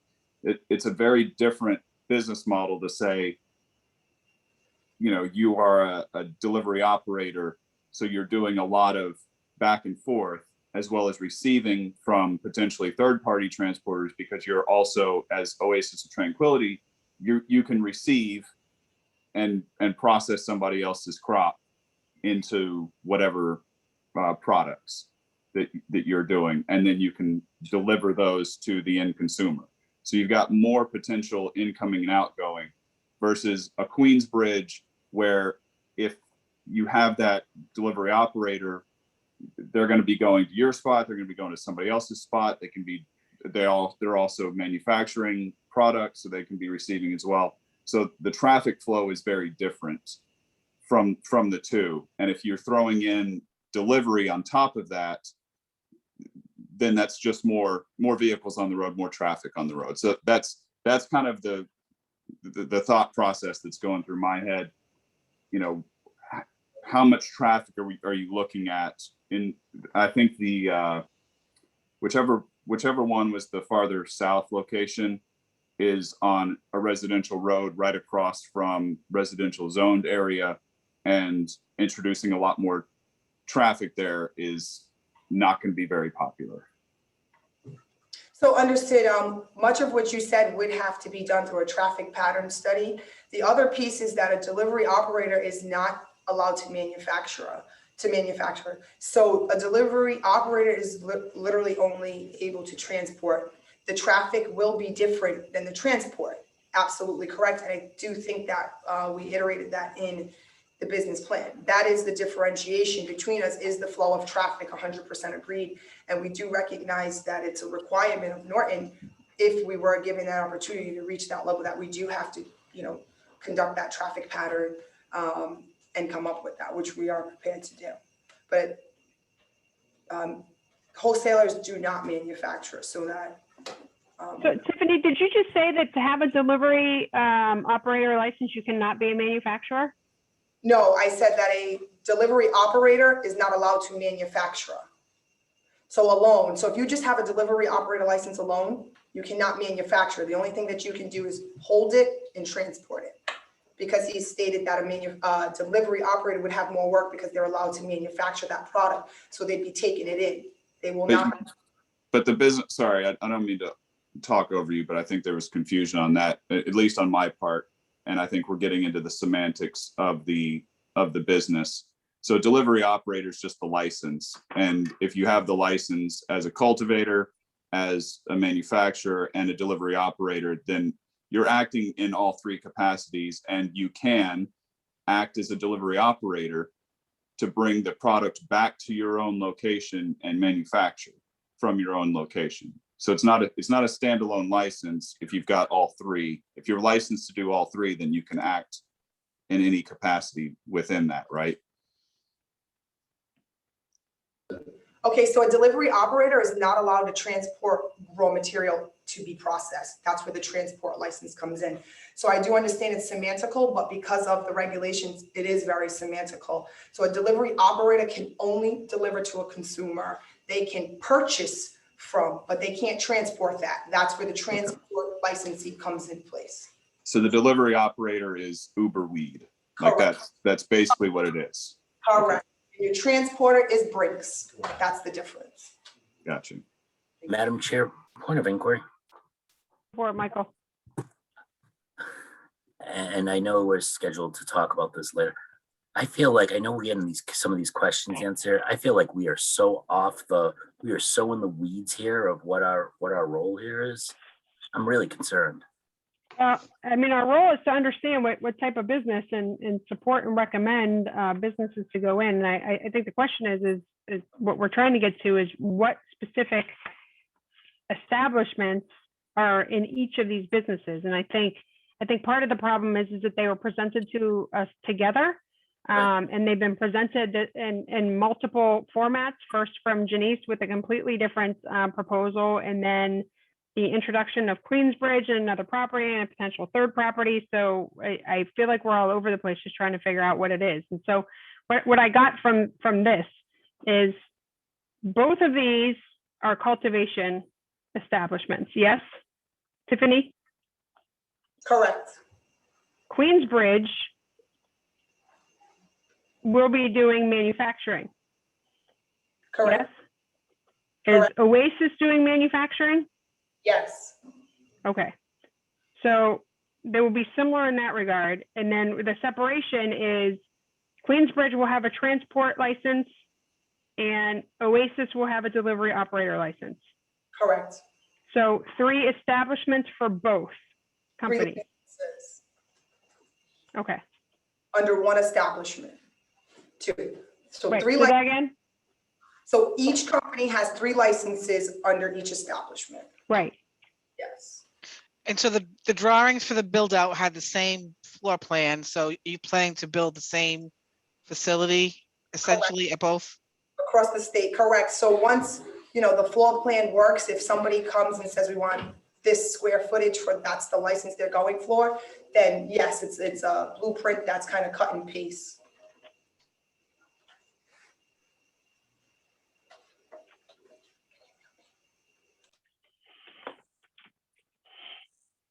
Okay. So, Madam Chair, may I just kind of finish my thought here? And I Yeah, knew go that ahead. was I know I missed probably the last meeting or so forth, but I guess I'm trying to figure out, and I know it's a discussion, I don't want to bog down this of what I understand the scrutiny we did with the retail licenses and regarding the HCAs on that, and I get it. There is no limit on these types of businesses with town. And we have got the planning board in place that will be asking by our bylaws, we're submitting financials for this. Shouldn't our role be more of you can't even get to that level of the planning board or select board, but it's not really to dig into it the way that we've been digging. If I mean this, if the group that's presenting to us doesn't have a presentation or so forth that we think is forward, it's a kind of like, hey, come back to us with this, and then just kind of present to us. We're more, it's almost like a green light, red light type thing. And the proving boards minus retail, I will surrender. Retail's a different animal. But for these, it's kind of like, we've got planning board in place. We've got the select board in place. They're the ones who are going to be voting on the business, where I think we're adding the retail process to these other types of establishments. And I'll end there because I'll land the plane there. But So Michael, let me on your ending, let me tell you that we one of the things that I've been looking at and had conversations with another member on is structuring a review process very similar, so that we could give applicants, like, similar to what we did with the retail establishments, right? This is what it is. And I know that you weren't here for the presentation last time, or for the discussion last time, and the documentation that came through, but we were specific about getting that in order and understanding it. Our role is still to support businesses in coming into the town, but the other role that we have is the select board is going to look to us for a recommendation on these proposals, right? Like, if this, and I can tell you right now, if this came to the select board and there were this many questions, we'd shut it down and we wouldn't consider this anymore. So if we want to bring in new industry into the town, we need to understand it. So when residents and townsfolk are asking us, and the planning board are looking to us to say, hey, what's your feedback on this? We should be able to do that, right? No, like I've been to the planning board meetings with one of the retailers, supporting them, giving them our background. Like, it's the same thing here. And if we don't understand it, right, how can we expect anybody else to?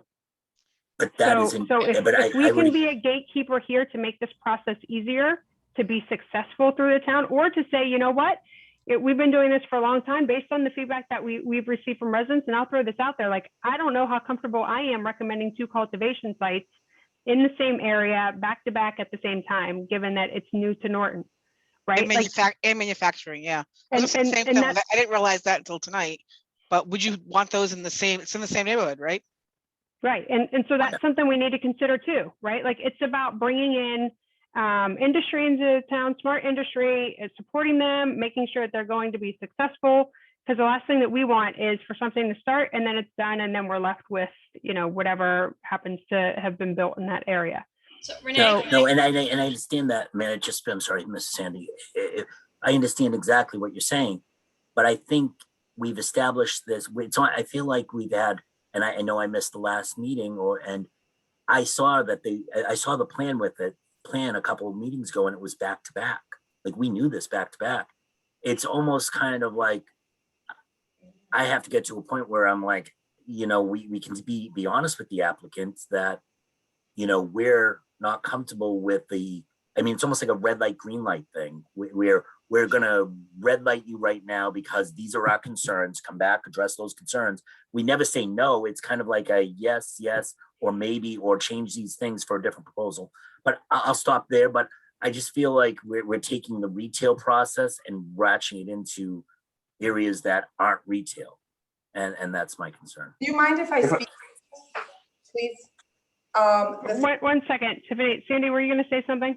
Yeah, I think, Michael brings up a great point. I think we've had on the agenda since April. We were talking about our role in all of this. Our role in all of the, on EDC, what is our role exactly? I don't think we've really clarified that. I think that is later on the agenda. I hope, we can get to it tonight because I think before I want to make sure that we're being fair to applicants and not slowing them down, and we're giving them, what our piece is, that and explaining what our role is. Yeah, I think it fits right into the mission statement. When we get there, I think it's going to be very clear that the conversation is appropriate. But again, isn't that later on the agenda? Yeah, to discuss that's later on the agenda. Okay, so can we discuss that later on when we get to that point? Yeah, we can. Okay. If I can, just to address Michael's point, I know this isn't a retail operation, but to the extent you are doing direct consumer deliveries, that kind of makes it similar to a retail operation. If you're growing, manufacturing, and delivering to a consumer that's ordering through an online portal, through a website, that still makes, you don't have people walking in, so you don't have the foot traffic, but it's in direct competition to the retail operations that may not be able to deliver because they don't have the courier license. Cody, I understand what you're saying, what it is, but the CCC doesn't describe it that way, right? So the CCC is actually half and half on it, Michael, because the delivery is still, it falls under the excise tax, right? Like it's still considered retail sales. But from a perspective of what it's looking at from establishment and zoning and things like that, it falls under the manufacturing cultivation side of it, which is why it doesn't have any sort of a requirement for towns to say, hey, we're going to limit the number that are in there. That's the difference. So Well, it kind of straddles both. It's unique.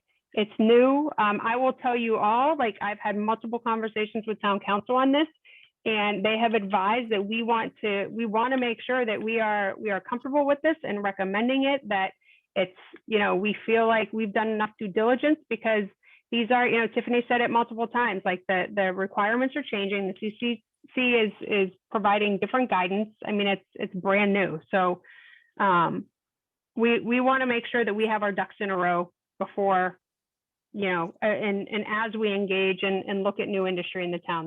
That's the whole point. So Renee, again, I think, this is a conversation for later on the agenda, but I think we're taking up Tiffany, and the rest of the crew's time right now. And I do have a lot of thoughts on that, but I don't think this is necessarily the appropriate time to get into all that. Well, I'm not going to stop. We sent them back questions based on their proposal. So I would like them to have an opportunity to answer those. So I'd like to get through those questions rather than getting sidetracked in the conversation we're having right now, which is later on the agenda. I have to be honest right now, I'm kind of really uncomfortable with the meeting as a new business person coming into this arena.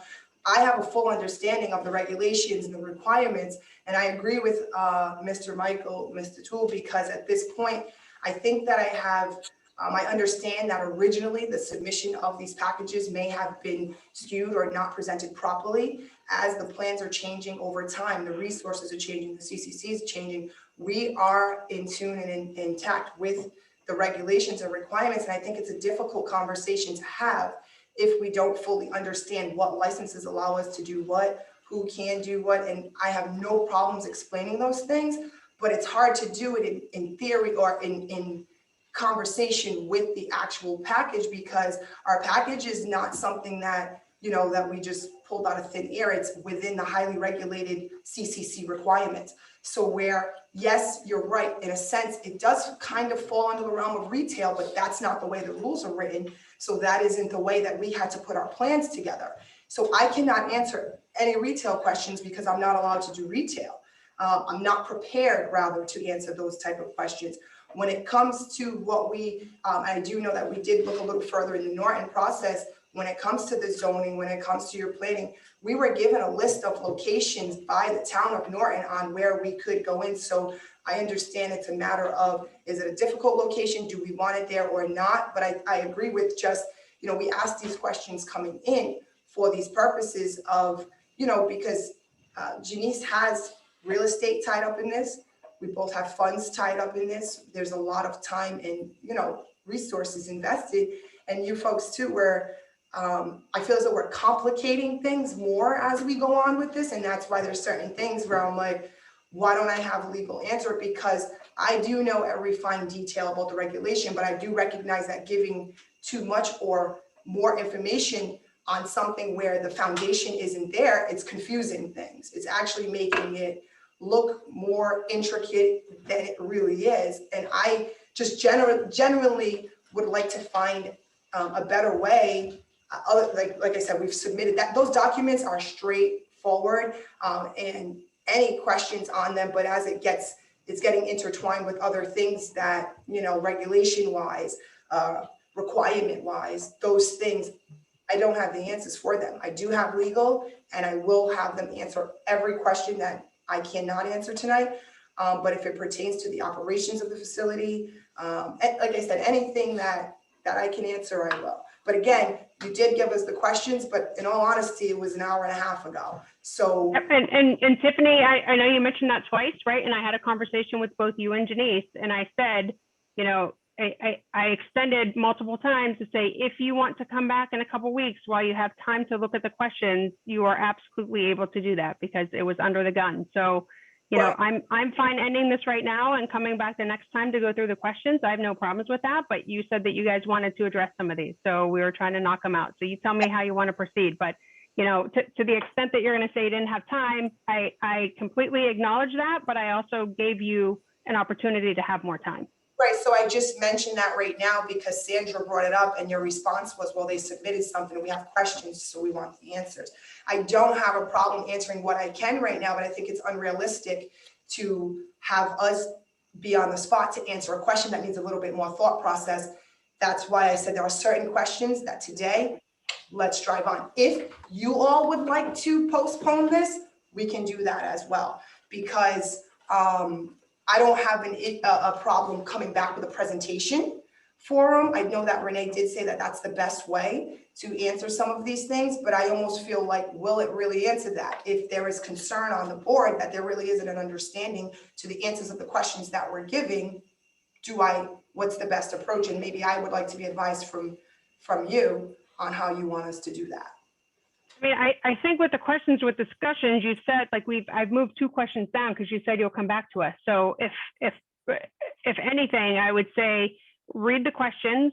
If you're not sure what we're asking, come back to me and I will get clarity from the person who submitted it, and then we can go from there. Okay, absolutely. Let's do that. And I would ask that the people who presented the questions, because I don't understand, like we just talked about a question that didn't really pertain to that topic. So I don't know if we can necessarily have a one-ended answer.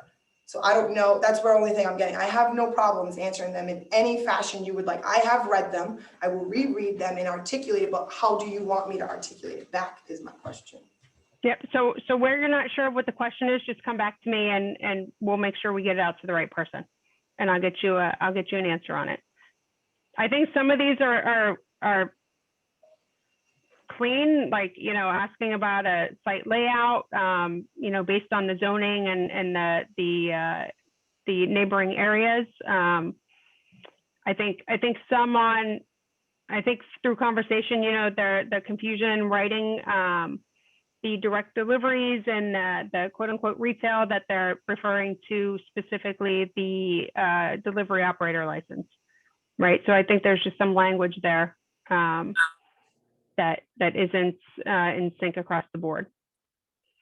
So why don't you guys take a look at that? If there's something that you don't understand, come back to me and I'll make sure to go back to whoever wrote it and get some further information on it. Madam Chair, Go ahead, Michael. could you also ask the applicants to just really separate these two projects and two applications? Like I really, let's just focus on one at a time. And even if it's on maybe separate nights where we're doing two different presentations, there's a lot of crossover and I think it's confusing the group as kind of a whole. And I really just kind of would want to see these kind of as separate presentations and or discussions. Just if that's possible. I mean, I believe it is. I know that there's sharing. I know they got that middle land in the middle that's still to be determined and they butt each other, but is that possible? For us, absolutely. I have separated those plans, so I have no problem presenting them separately. Even if maybe we back it up a few steps and just give the full presentation going through every single thing that's on your questions. Like you said, Renee, if you wanted to go over those things, like the plans, those are pretty straightforward. Those are things that absolutely I can, and I don't know if that's a question for us or the board.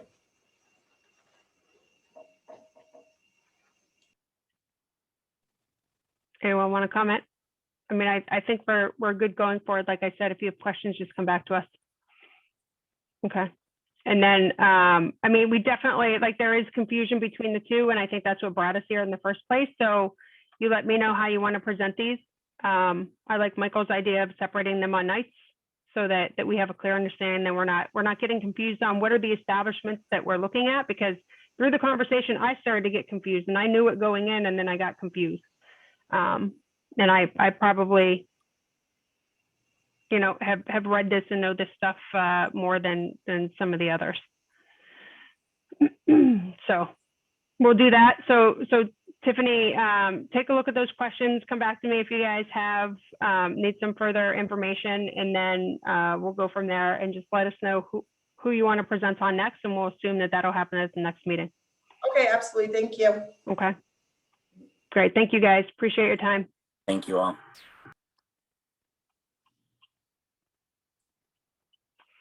Okay. Paul still on? Yes. Thank you, Paul, for staying on. I put you in here because you sent me an email about the meeting, and I wasn't able to get to that meeting for the Rapid Recovery Grant. That's our next item. I probably should say that first. Can I just make one comment, Renee? It's on the Rapid Recovery Grant. Yeah, it is not. It was a comment. Just never mind. I'll let it go then. Okay. Go ahead, Paul. Yeah, so I'll be quick. We did have a meeting last week. It was attended by about 4 or 5 businesses. We were hoping for more, but it was the first time. In fact, Laura was on the call. But the primary purpose was to go over the survey results, and then also our consultant has been working on some background data about Norton and the area itself, discussing, what impacts happened because of COVID, and also looking at things like the physical attributes of West Main Street. And I will get that for you, their presentation. We did get a little bit into, recommendations going forward. That really wasn't the primary purpose. That'll be at, the next stage to start. So the next stage will be the formation of different actions that can help to, revive this area and really turn it into, help these businesses become more financially sustainable, even prior to COVID.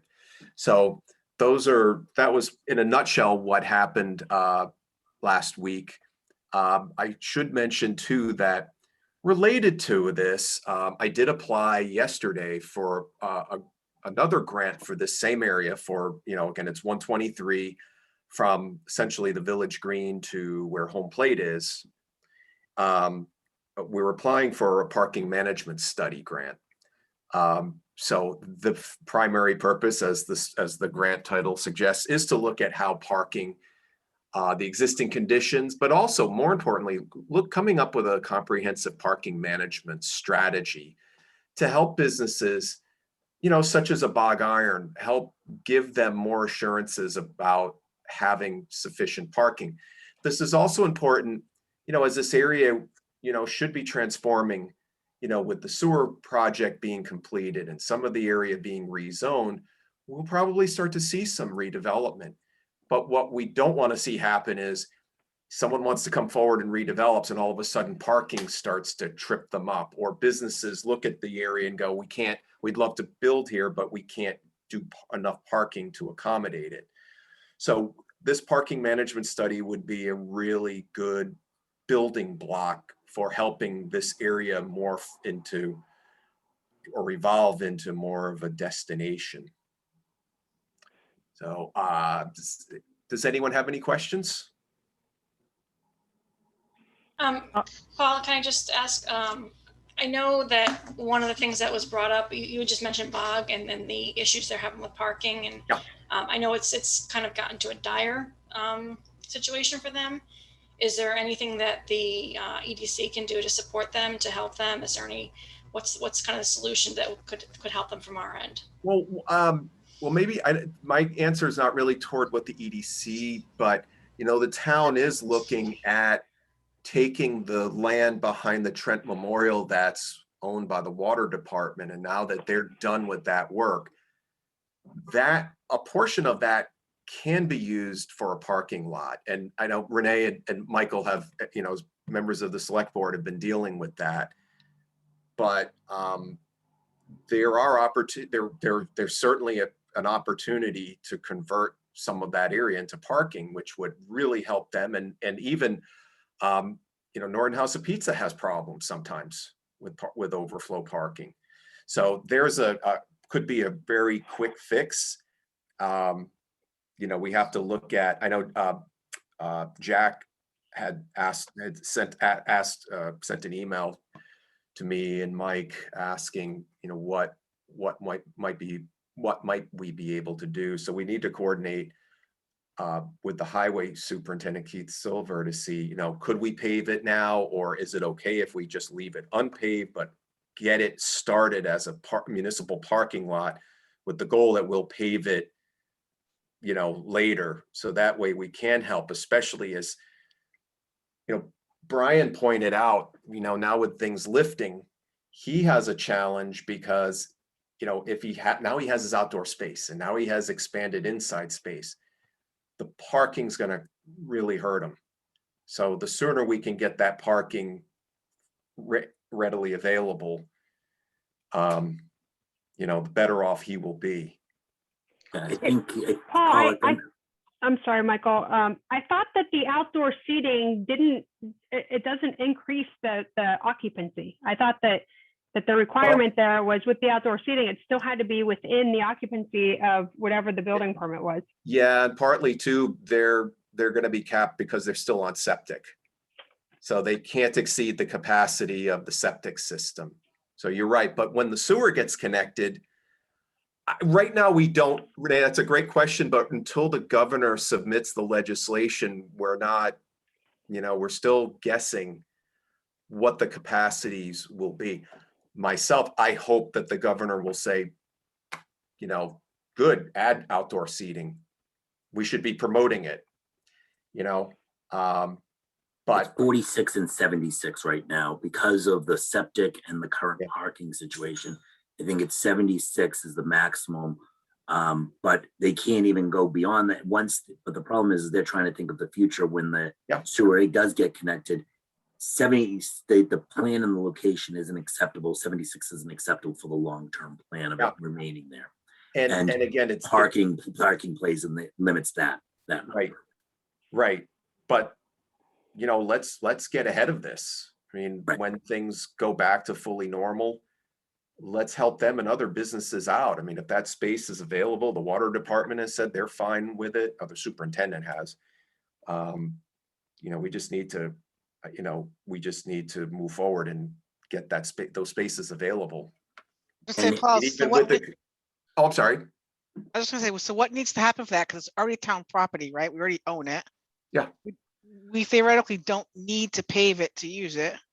I don't think we do. I mean, I would just suggest rough it for now. Get people Right. familiar with the space. We would have to put some sign up to say, public parking. We probably would have to delineate where people could park. We would have to delineate where people would park. But, again, I don't want to speak because that's really falls into Keith's realm. But As far as fitting it into a schedule, you mean? yeah. Gotcha. I mean, he's the one who would know what to do with that. Part of my job was just this was Brian's idea. I have to give him, all the credit in the world. He has a lot of great ideas, and he had that, and we brought it forward, and because of him, it started getting that ball rolling. But I think a fairly straightforward solution, a quick one, will be getting that area available for public parking, and then us just marketing it as you can park over here. And then we decide, do we need to pave it, repave it, stripe it, and all that. So Paul, back to Denise's question, where does the ball lie on that? Is there anything this commission can do and or the select board can do to kind of move this thing forward? I mean, getting Keith's one of the most flexible people I know in town, and he bends over backwards to make things happen. So yeah, again, Jack had sent an email out yesterday and today. He did copy Keith on it and Mike. I mean, I probably just continuing to communicate with Mike to do it, but I know Mike's been supportive of it. But I haven't spoken directly to Keith about what's the possibility. What does he need? What does he need to make it happen? But and just so the other board members know specifically on that business, they would like to. They've started in Norton. They would have liked to stayed here.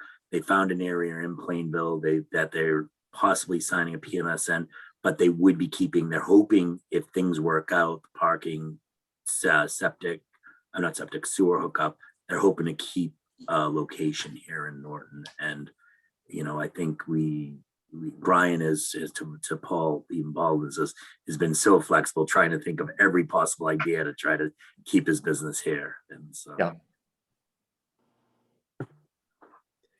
Does anyone else have questions? Nope, I'm good. I go by that road a lot of times, and I see the parking and near the Bar Garden Brewery, and sometimes it is packed. Oftentimes, and it overflows. We know that, and you're right. And we want that. And again, one of the things we're striving for with the center is more successful businesses like that. Or, whether it's helping the existing businesses, or if another business wants to locate there, we want to make sure parking is achieving what a business wants it to do.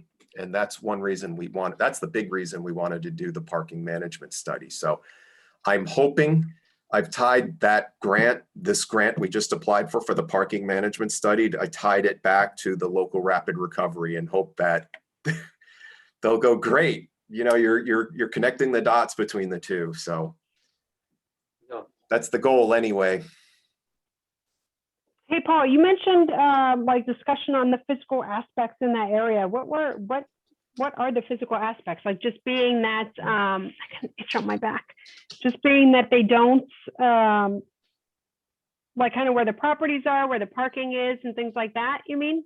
It's that and asking about what they would call the public realm, which would be the road, the sidewalk, and anything that's within what they call the right of way, which is the legal area. So all of this area is actually within DOT's property. None of this is managed by the town. But yeah, you would be looking at, so you're right, Renee, it's anything within on their property, basically to the street. So when you think about what makes a place friendly for people walking, you have, oftentimes you'll have street trees, you know, you might have awnings that protect people from the weather. You'll have outdoor seating. You know, you might have art installations, things like that. So what we're trying to gauge is what can we do to really, you know, jazz the area up to make it an appealing walking environment. You know, the survey respondents basically said they were satisfied with that aspect of it, but they also noted it was a really important thing to make improvements on. So, you know, they can help us determine what that looks like. And then once we get that in a plan, then when there are grants like the Shared Streets grant, now we can point to this plan when we apply for that grant and say, hey, we're implementing the local rapid recovery. And we might have, you know, we might have to have, some sort of approval or agreements from property owners say, yeah, we agree to put benches on our property or something like that. But that gets flushed out in the plan. But once that plan's developed, that should increase our chances of getting funding down the road for those physical types of improvements. Was there any discussion like through the master plan of widening the road or making like parking along the road? Well, thanks for the remember tomorrow night, 6 o'clock, our last open house for the master plan. No, we didn't see any we never heard any feedback from people about widening the road. And parking on the street, that would probably be very difficult for a number of reasons. I mean, it's fairly constrained. The space between the lane and the sidewalk wouldn't be wide enough anywhere to accommodate a car. But those could be wide enough to possibly stripe it for bike lanes. But it probably wouldn't. And DOT, we would have to work with DOT to see would they ever allow parking on a state highway like that or how it would look. But walking that area quite a bit, it's like I don't know where cars would park on the street. It's just too, the lane is so close to the side, toward the sidewalk. But so we're going to look at, the gamut of it. So Bog Iron again, which is our favorite one to talk about. Bog Iron's right next to Northeastern Savings Bank. So what's good about that relationship is when Northeastern Savings Bank is shutting down for the day, that's when Bog Iron's getting busy. So that leads itself to something called a shared parking arrangement, where one property is dying down for the day, the other's getting busy. So we have sufficient capacity. It's just that nobody's giving up their property or their parking spaces to another business, and it's not, a lot of areas around the country, businesses will rent spaces out. They may go, okay, the bank may go, we're not here for the, from 5 o'clock on, so you can have it, but you're going to pay us, X amount of dollars for X amount of spaces or something like that. But it's trying to use, so where we have deficiencies with on-street parking, there are more than likely more capacity for parking on existing lots that aren't being used enough. And so, why not look to that? The resource is already there. But we just have to really get it down, get an expert who's done these plans before, which is the consultant we're using for the local rapid recovery is the same consulting firm that's going to help us with the parking management plan. So sorry, I'm getting long-winded on that stuff, but there are all answers already to that we have. We just need to try to work with businesses so that they would be more flexible to allow parking for other businesses on other properties to park there and let people walk. Right. Guys, thank you. Anything else?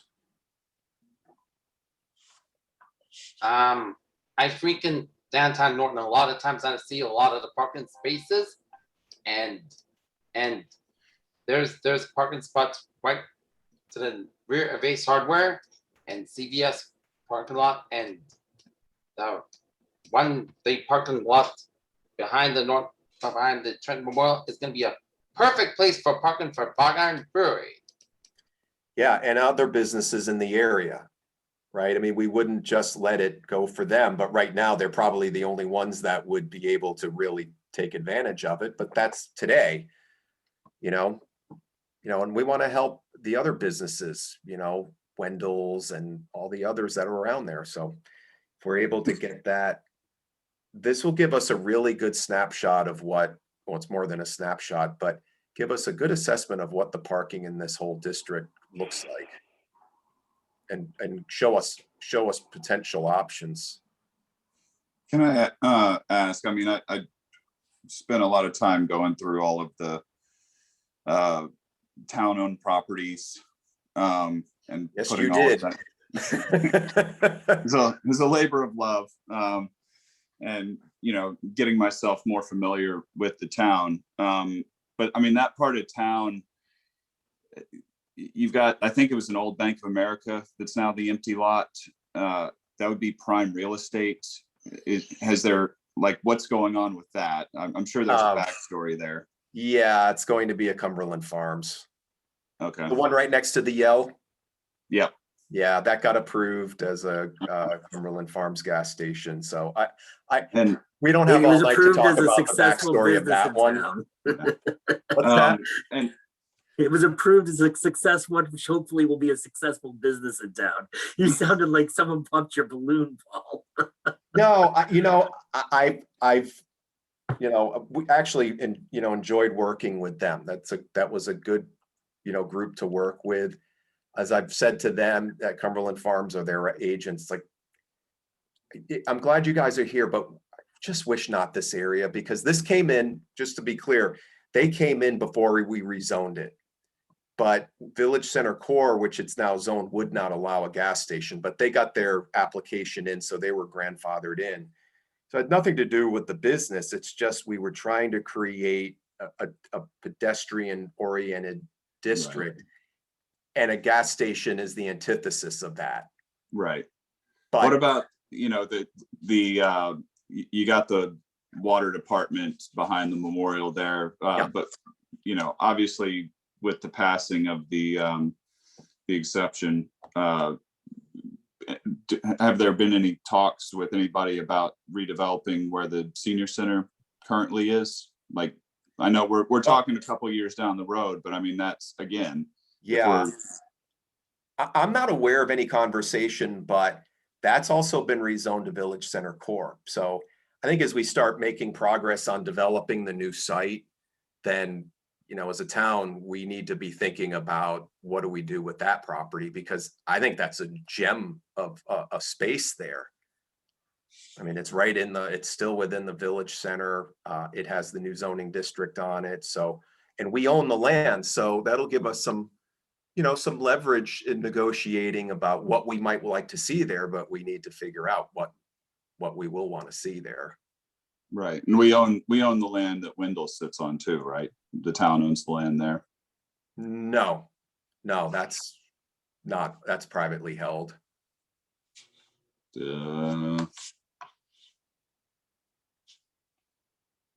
I might be looking at the wrong lot, but yeah, I think one of those is zoned to the town according to the assessor's office. 2339. It's 18 West Main Street. Yeah, I'm not. I'd have to see it on the map, but yeah, we do own land right in that area. But I'm certain Wendell's is owned by. I think Wendell's actually well, I'm not sure, but that's a private entity that owns that. Okay. Yeah, I'm just, if the plan there is to, make that into like town center and walkable, there's quite a bit of town-owned land in that vicinity. There is. I mean, a lot of it's going to be, continued to be used for purposes for the water department. But yeah, and the school has land, which of course, that's going to remain in, well, I can't speak to that, but there are like one of the things we will have to deal with on the senior center site is the garage is the school board or the district. So, but that stuff we'll get there when we get there. We just need to recognize what's there and then figure out a pathway to create win-wins. Yeah. Excellent. Thank you, Paul. Any other questions on the RAC recovery? Okay, so just looking at the time, which I can't see clearly on my computer, it's 9:26. I know, Cody, you've done quite a bit of work on the town property data review, and then we wanted to get to the role of the EDC. So are you guys fine if we just go on to those two and then we move everything else to the next meeting? Sounds good. Okay. Thanks again, Paul. So Cody, you want to talk about the town property review? An Yeah, update so on that? Yeah, I sent you and Paul the link just because you were the two that were on the email chain. But I went into the Map Geo service and basically color coded every town owned property in the entire town. Color coded it based upon the type of property that it is. March 24th was our first one. So I must have had 4 then, because I had one before you got it. Janice. Thank you. Cody, you want to share your screen to show the link? Yeah. And then you can send it out you can just respond to one of the emails if you want to just send it out to the group. Yeah, let me share screen.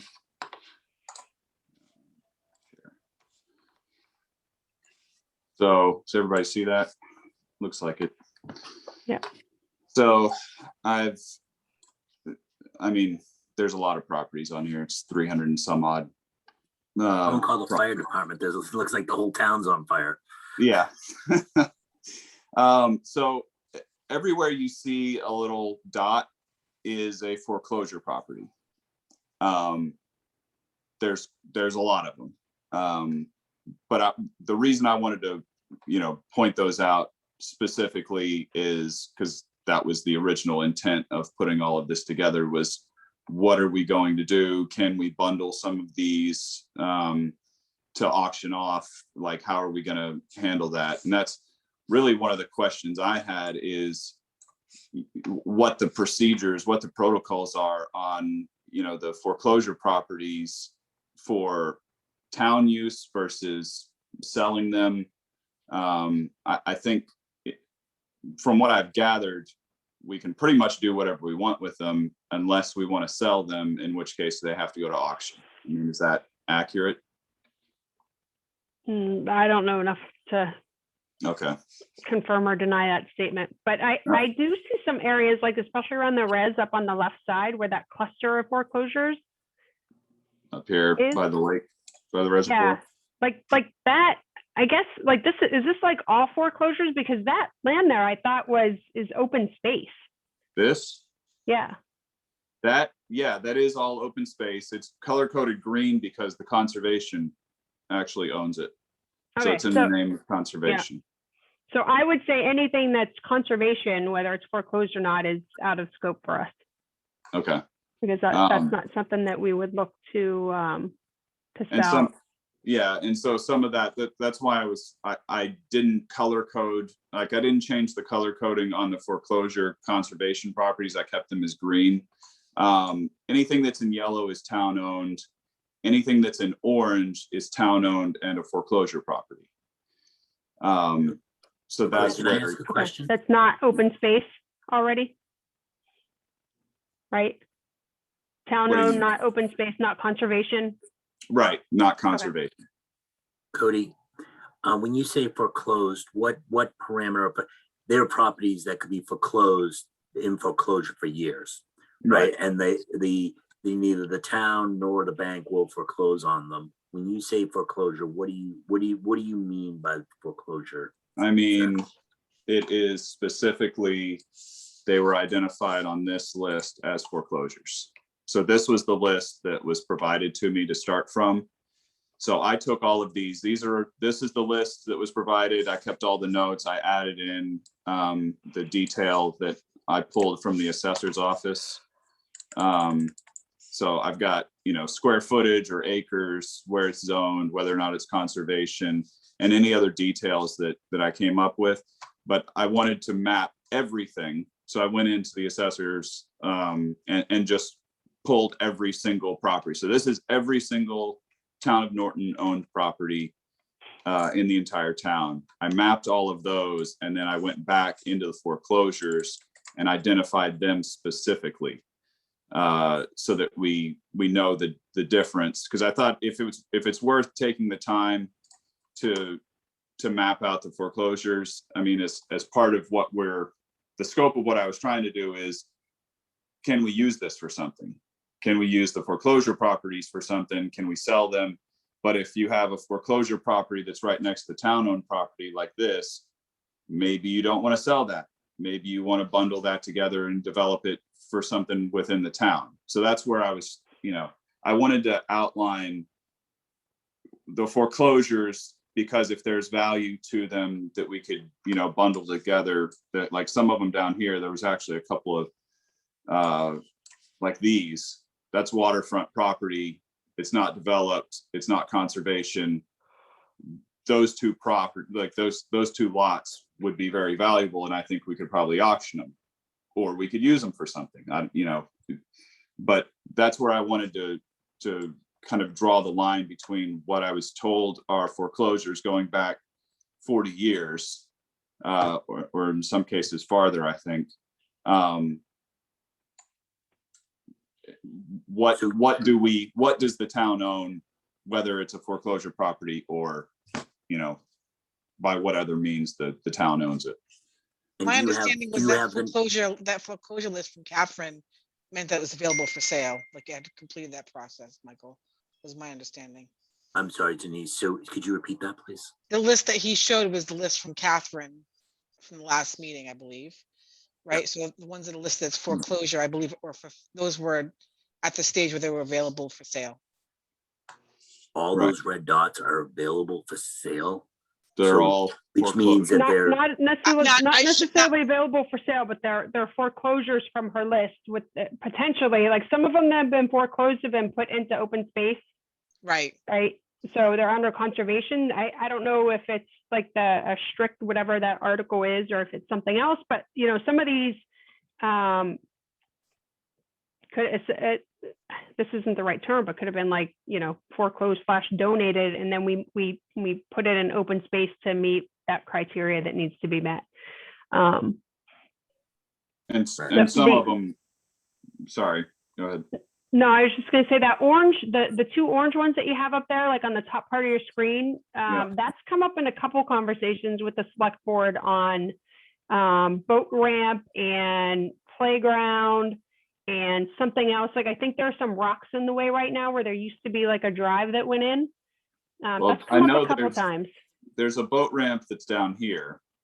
I've used that, and I've fished from the land there with my son. So I know, it's not an actual. Is that juniper? Yeah, juniper. So you have to come down and you have to go around this way to get. Yeah, that's all like, so that's listed as foreclosed? Yep, it's on the foreclosure list. That doesn't, I mean, I knew it was town property, but it doesn't seem, that doesn't seem right to me, because it's kind of like a common space. It is now. I don't know if that was always the case. But yeah, that's. I mean, it's always been accessed because the people that used to live in that corner house put those big boulders there so you couldn't keep going down Juniper. Right, and Yeah, that's been right. the discussion with the residents on, should that be removed because they were put there Because it's on town property, like the town owns this. That's the way the lot is drawn. And I know what the barricades you're talking about are like right here. Yeah.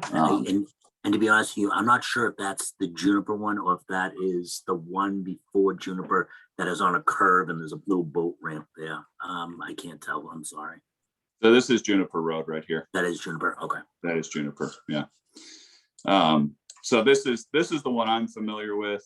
And I know that there's barricades there. So one of the other questions that I had was, what rights do we have as a town to tell somebody to remove their property from the town-owned property? Like, What do you mean? Like if the abutter has built out, in one case I saw a shed and a whole bunch of debris. And because we're on record, I don't want to say what it actually looked like, but it's just a bunch of debris. And it was, an abutter that clearly built a shed and then decided to put all of their garbage that they didn't want on their lot back.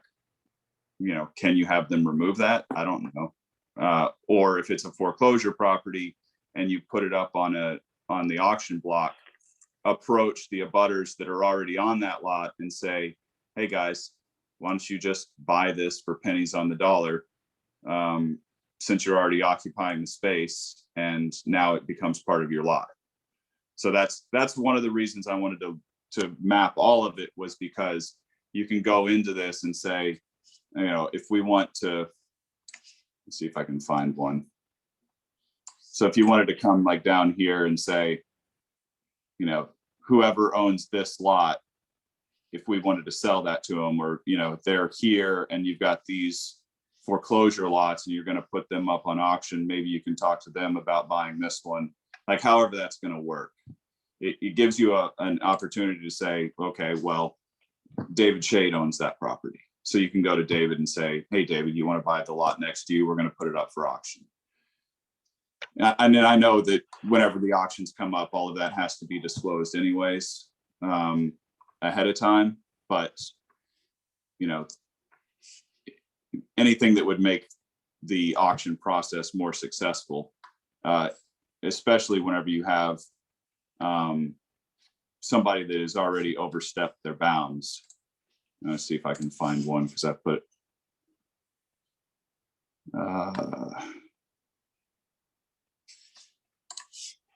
Is anyone else really surprised at the number of foreclosures that are listed on here? That makes me like question the data. I thank you, Renee. I was gonna on my thing. I was gonna reach out to Catherine. This doesn't make any sense. I would say, I think she made it kind of clear, like she had inherited the list and right didn't change what she inherited. So she admittedly said that some of the data may not be accurate. Like they don't know for sure until you actually pull and do like a title search. Do title, yep. I remember that too. And that's why, she talked about what it costs to do the auction. And part of that is the title search on all the properties. So it's kind of crazy. For sure, every single plot, every single color that you see on there is currently under the name of Town of Norton. The ones that are not, like this little guy down here, there's several of these that are on the foreclosure list. There's a house there, but it's not actually under the assessor's records. It's not a town property. It's on the foreclosure list that the town owns it because it was foreclosed, but according to the assessor, that lot is still owned by whoever's living there. Cody, and I don't think this is I think this is just the data you received, because this is dumbfounding to me. Yeah, the red dots are the data that so all the red dots, regardless of whether or not they're on conservation, they're on the green. Those are, at some point they probably were foreclosed and they were transferred over to conservation. And that's fine, but they're still showing on that list. So maybe the list can be cleaned up now because you're not going to do anything with that. So go ahead and remove them because they're not foreclosure anymore. They're just conservation. So that'll help clean up the list. But for the other ones, like all of these are all shown, these are all town property. And they're all shown on the foreclosure list as foreclosures. So, Cody, did you notice the one on 0 Harvey Street with the same issue with there's a business right next to it that's basically taking it over? Was that one of the ones on your list of? So it's 0 Harvey Street. I don't know if you have that on your, I'm sure you have that on your map. Somewhere. there's a lot of Harveys.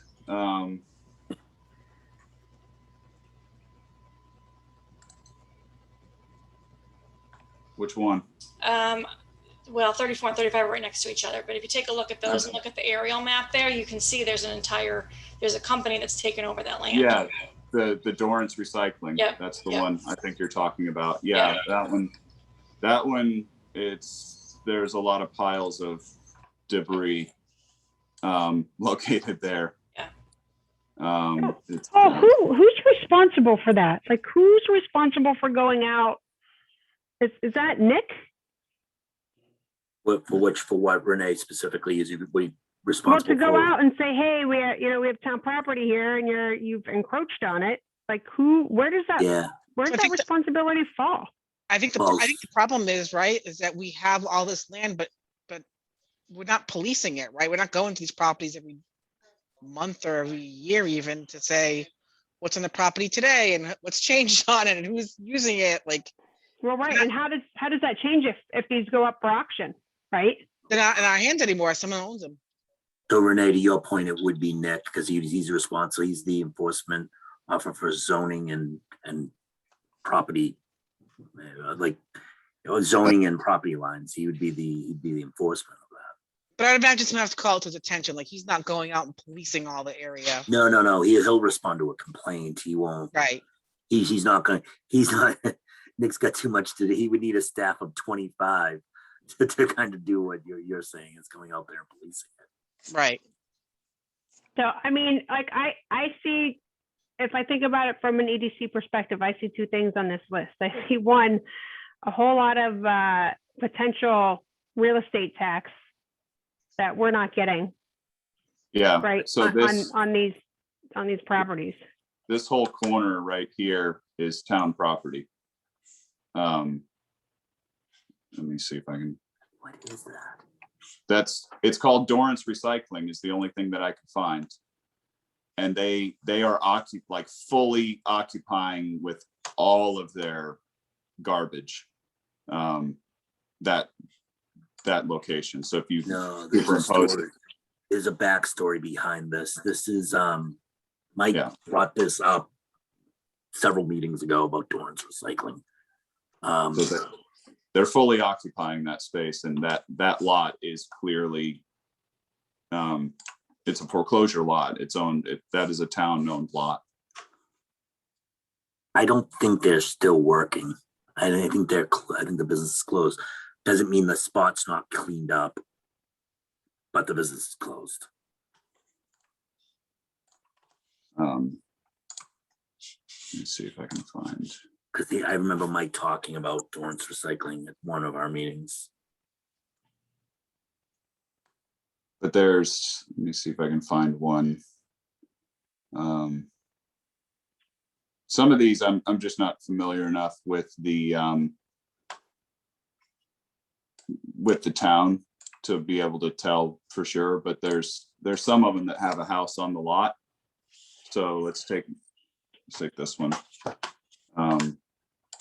So I just gotta say, great job, Cody. This is clearly a lot of work. You did a great job at this. thank you. Yeah, it was, and that's not working now.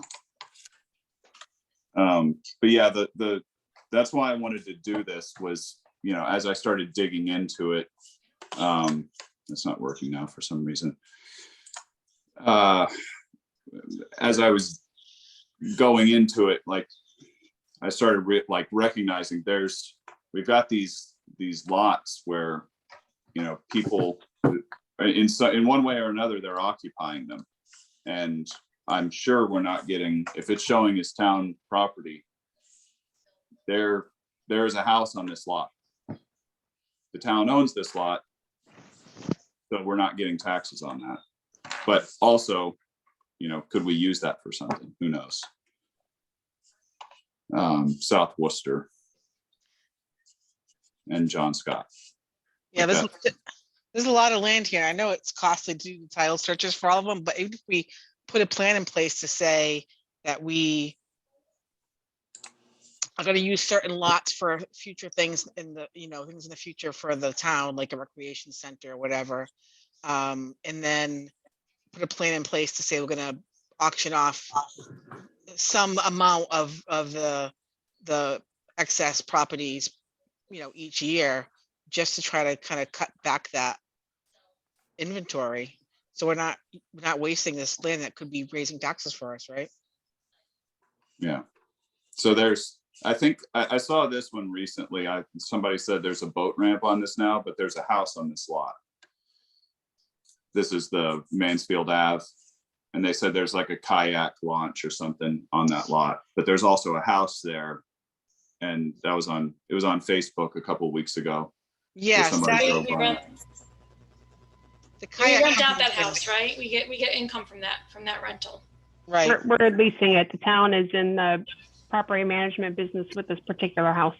Right. That's what I figured. I mean, if there's a house on it and cars are parked there, I figured the town's probably getting some sort of rental revenue. But yeah, this was, hours and hours worth of work. And fortunately, it's been slow at work, so I was able to use some time to do that. But for what it's worth, I mean, there's a lot of lots that are, contiguous. They don't have a road built out to it, but in theory, if we put those up for auction, somebody could come in and buy those two and put one house on, or buy all 5 of them or 7 of them or whatever and put something down there. But I wanted at least a visualization, because whenever you just see 300 and some odd rows of data, it doesnn't really make a lot of sense until you see where it is. What was the And then yellow? it still doesn't make sense. Sorry, Denise. No, that's great. What is the yellow indicate again? Yellow just means it's town owned.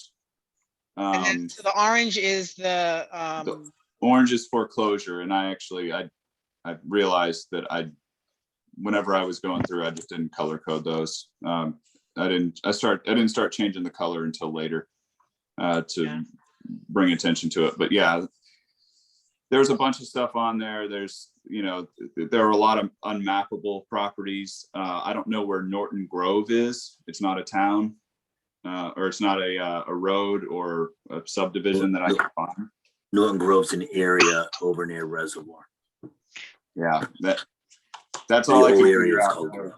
There's a bunch of lots that are shown as foreclosure that are shown as Norton Grove, but they're not mappable. And I'm sure it's because the lot number changed since they got foreclosed on back in the 70s.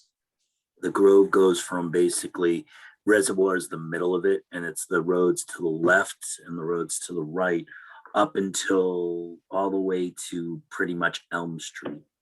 Okay, so it's Elm Street. So basically all the way to Mansfield is considered the Grove. Okay. And some of these are definitely like in the middle of wetlands, but I'm wondering if we could trade some of the town-owned wetlands with the conservation to get usable, and even like almost like a swap. What is that big green area right there? That is, I mean, it's connected to the reservoir. It's marshy area. The town owns that land. I didn't feel like calling that out. I don't know that it was actually conservation. It's just town owned. It's really nice, Renee. It's a little inlet of water. I married a couple last year right in there. It's an inlet off of the reservoir, and it just surrounds a bunch of houses around it. But it's very meaty and stuff, but it is water. Didn't look like much from this satellite.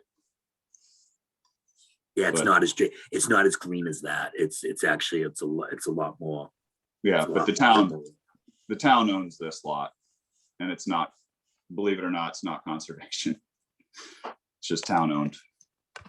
That's middle of the summer, because the middle of summer, it's all green. In the Yeah. early spring, it's water. So I don't know what we want to do with this. I figured I would put it together, and it'd be a tool for anybody to be able to access and use. It's a link, because I didn't have a sign on to be able to like save it. The only way I could do it was to go down here and hit save, and it would produce a link. So I've got the link. Anybody that clicks on the link, it'll bring up this exact same map, and then any modifications that are made from that, if it gets saved, it's a new link. So I've got several iterations as I was saving along the way, because I lost about 2 hours of my life by not saving. Sorry. We've all done that. Sorry. Yeah. So, Cody, what's your appetite to get together with Catherine and have some further discussion about like next steps for her? Yeah, I figured, before she retires, it would be a good idea to get that list cleaned up, so that her records are clear, and we're working from an actual proper record, current record. Yeah, and it sounds like, if I remember from the last meeting, right, if we do a special town meeting and we can throw an article on to get funds to run for the auction. So now might be a good time just to sit down with her to look at it, to say, okay, what potentially would, how many properties potentially could be in that, so she can understand what the scope and cost is. Yeah, I mean, there's a ton of them. What are the purple? Purple is schools. Oh, okay. Look at him. He did that on purpose. He grabbed the purple. He said, "Oh, we're gonna do this." Well, nobody's asked me what brown is. Really I bad don't think I locations. noticed it. Brown is water and sewer. Water and sewer. Paul just talked about it. Paul, that's that little piece of land that you're talking about for parking? Yeah. This has got the that's got the memorial on it. And then back here is all just, it looks like a laydown area. And then the water tower's over here. It looked bigger before. I can zoom in on it. Now it looks bigger. No, it's still, I mean, I guess it could give us some decent parking. It's a bigger lot. Well, I mean, the memorial's here, so it takes up about half of it. But yeah, there's a lot of space back there, and then that's the senior center. Cody, one of the things that obviously I'd just be very cognizant of the pink areas, right? I mean, obviously Catherine's very aware of those too. If people are still in those locations, especially during the pandemic, I don't think we want to aggravate any kind of situations or anything like that. If people are living in those areas. I mapped them because they were on the foreclosure list, and I color coded them the pink so that it's like, it's not technically town owned, and some of them were recent and some of them weren't. So I didn't know what to do with it, but I figured it was worth mapping it while I was doing it, so that, for whatever it was worth, we at least knew where those were.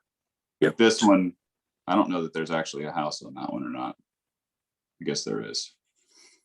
But I figured some of that was just, it hadn't hit the assessor's office yet, and the title hadn't changed over to the town.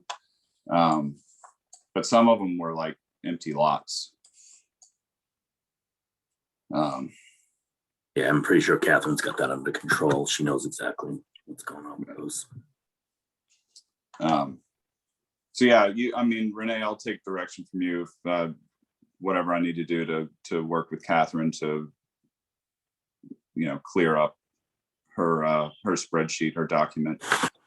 Yeah, I think if Cody, probably the first step would just be to sit down with her and go over what you have, right? And I don't know what her availability is, but she expressed her concern with the data too, so I think it would be good. And if I don't know how many of those, I can't remember now from the conversation. I think everything that Jen had mapped to properties that were under, Chapter 97, I thought that she took out, but I think some of those are popping up on here because they're listed as town owned.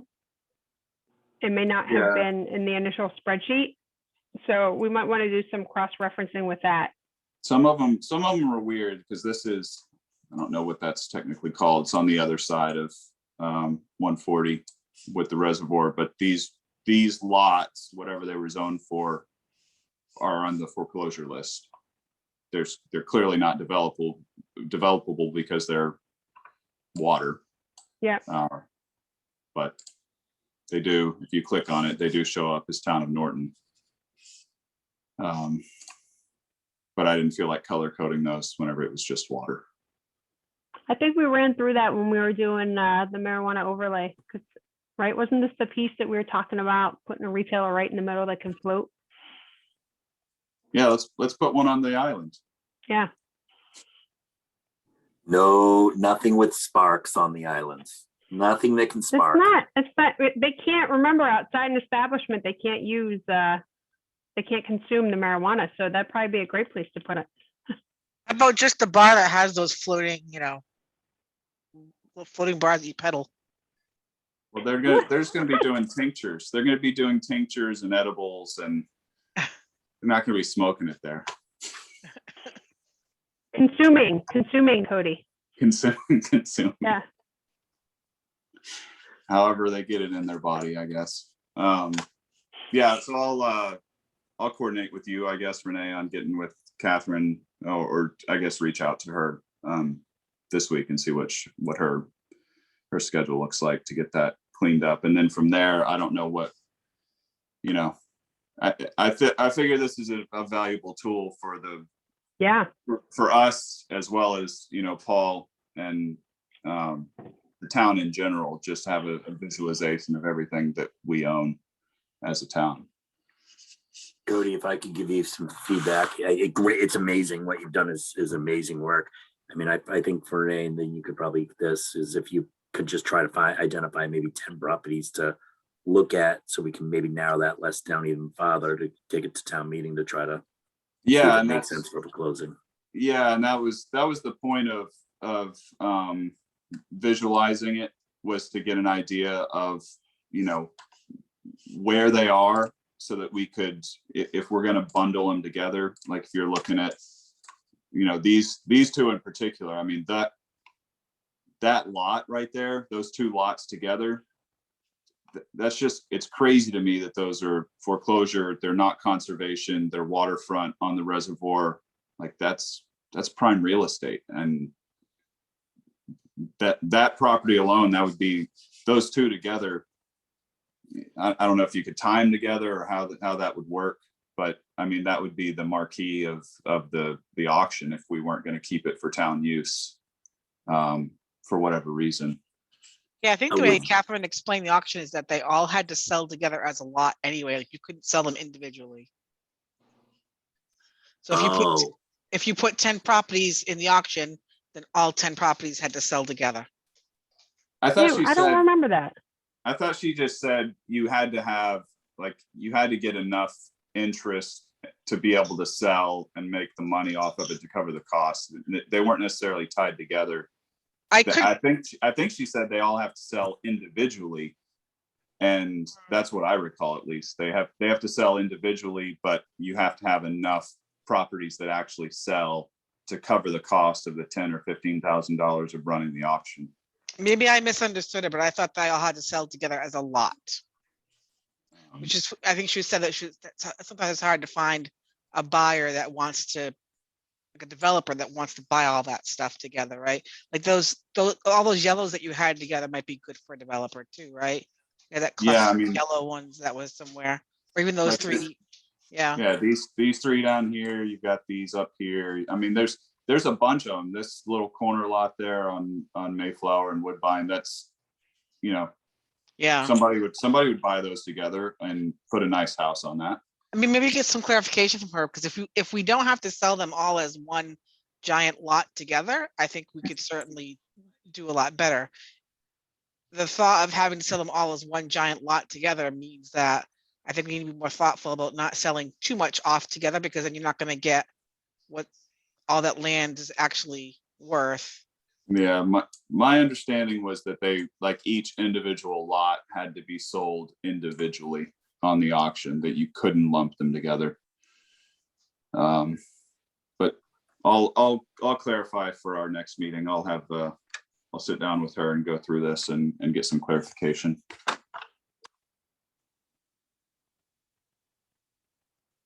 Okay. Anything else, guys? That's it. Excellent work. Definitely. Thank you so much, Cody. Yeah. Okay, so we're going to jump to the role of the EDC. So Sandy, you want to start us off on that? Sure. Hang on, I had some notes here. So I just, this was back in April, I guess, that I brought this up because I just personally been a little bit confused about what our role is specific to marijuana businesses. I don't really feel like it's ever been super well defined. So I just wanted to make sure we were all on the same page and, so that we can sort of present that to the new businesses. So it's kind of twofold.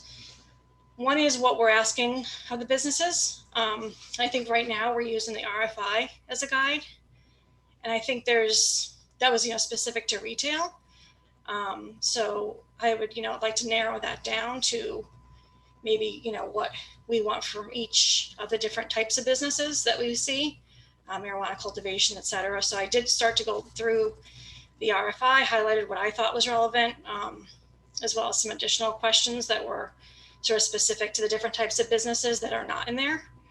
And again, kind of narrow down to really what's relevant, because I really think that sort of our role with this and the MRS have merged a little bit too much, right? That we had a role with the MRS, that we were limited to 2 different retail establishments. So we had really, really specific and stringent criteria. We were looking for the 2 best.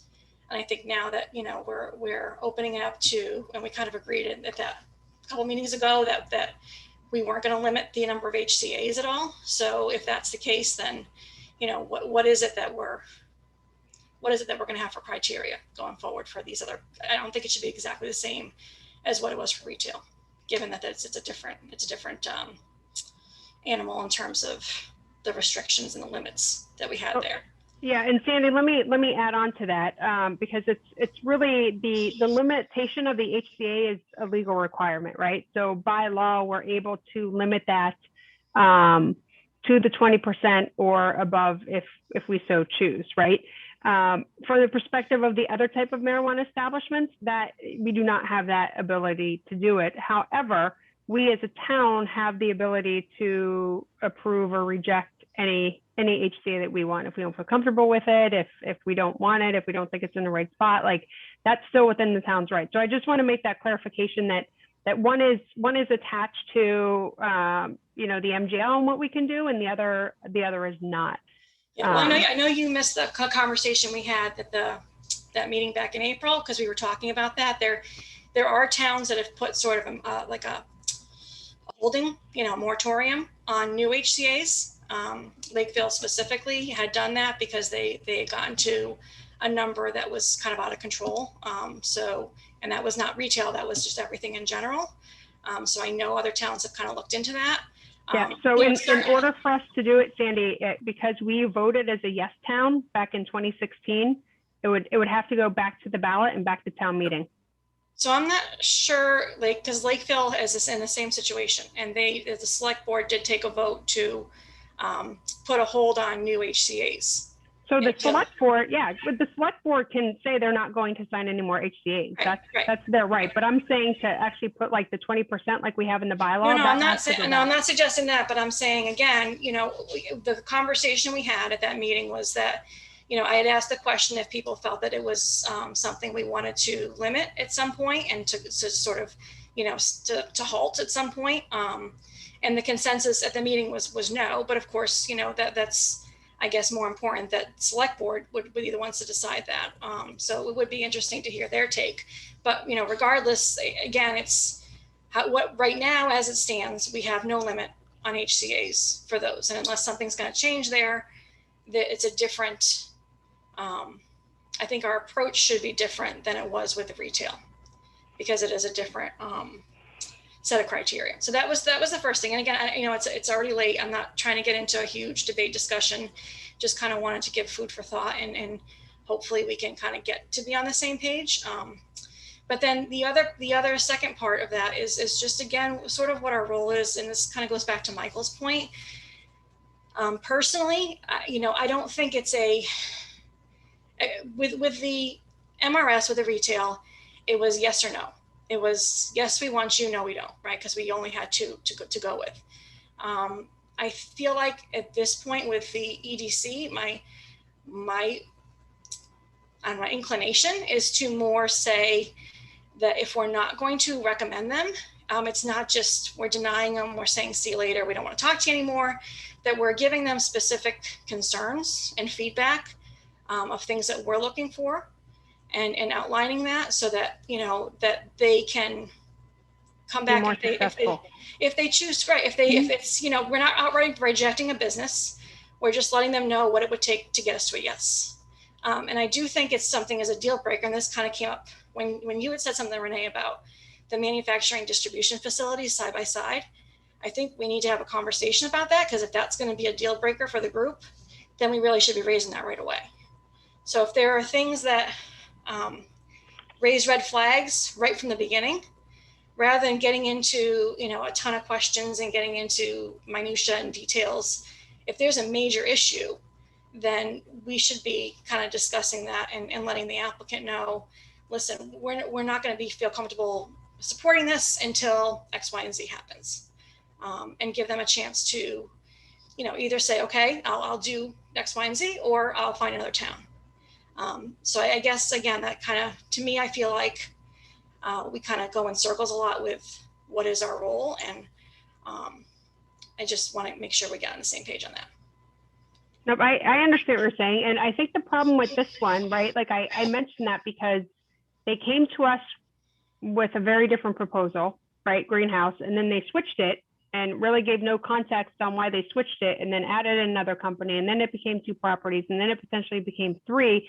Like, I don't feel like right now, like I have enough clarity from them to say one way or another how I would support or not support it, right? And there are some other things that have, that we've gotten, like what, and it's very interesting that we got 2 proposals from them, because one of the emails that myself, Paul, and Mike got was, hey, we have these 2 properties, we're looking at it. Like, the question was proposed to us, what would the town think about one property over the other, right? It was Hill Street versus South Washington. Paul, I don't know if you remember this email. So it came to us from them, right, again, with one proposal to say, hey, we have these properties, what do you guys think? This is what we're thinking. And part of their rationale was, we know Hill Street's right next to residential, so we think South Washington's a better property. What's the town think? And literally before any of us could even respond or bring it back to the EDC to say, what do you guys think? We're presented with these 2 proposals of 100 and something documents, right? So it's just it's been ever shifting, where that's why today in the conversation, I thought I had a pretty good grasp of what establishments did they want in here. And then I heard different things in conversation. So I don't think, we're not an approving board on this, but I think our recommendation, and, I'm confident to say if this went to the select board, it's going to be dead in the water, right? The select board's going to be like, what is going on? And I think if we want to bring in this type of industry, right, like we talked about, and I know I said earlier, like going back to the mission statement, right, like the second thing is to support the development of appropriate industry and commerce. I mean, this is brand new. The delivery is brand new, period, but the cultivation and manufacturing is brand new to the town of Norton. Like if we want that to happen, I think that there is going to be more rigor in this process from us to make sure that it's in the best interest of the town, especially given the feedback that we've received multiple times in multiple forums on cultivation, right? I mean, it even came up at town meeting again, like concerns with that. So I guess that's again, I'm looking at, so, and again, we don't, we can debate this later, but in terms of their financing, in terms of, yeah, I thought about that too. Some of the specifics, it's like, you know, maybe there's valid reasons. I'm just not seeing there. A company has a right to fail, right? Just like any other company in town, that we're not necessarily saying that we're not in, I guess, a position necessarily to say, I know you're going to be successful or not. If someone has a passion, has a drive, has the information, has done the research, has, you know, and is confident that they have the funding, I just don't feel like, in my personally, that we don't ask that of other companies, right? We don't get into that nitty gritty. And so obviously there are questions we need to ask a marijuana facility that we're not going to ask other companies. We need to talk about odor mitigation. We need to talk about security. You know, the things that are, excuse me, unique to marijuana facilities, we need to get into those. But then we also have to kind of look at the bigger picture and their business. And if we're putting them through expectations that we don't have for any other business, and it's not unique to marijuana, is that really fair? You know, and is that really something that we should delve into?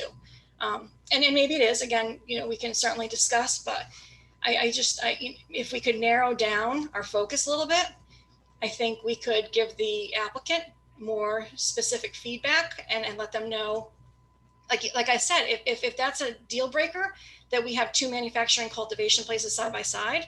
I hadn't thought of that before, but if we agree that's a deal breaker, then I think we need to let them know right now.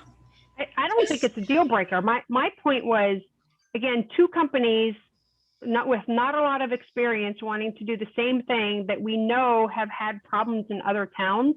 Like we can certainly, and this has been a conversation with town council, you know, we can put controls in the HCA and conditions on the special permitting.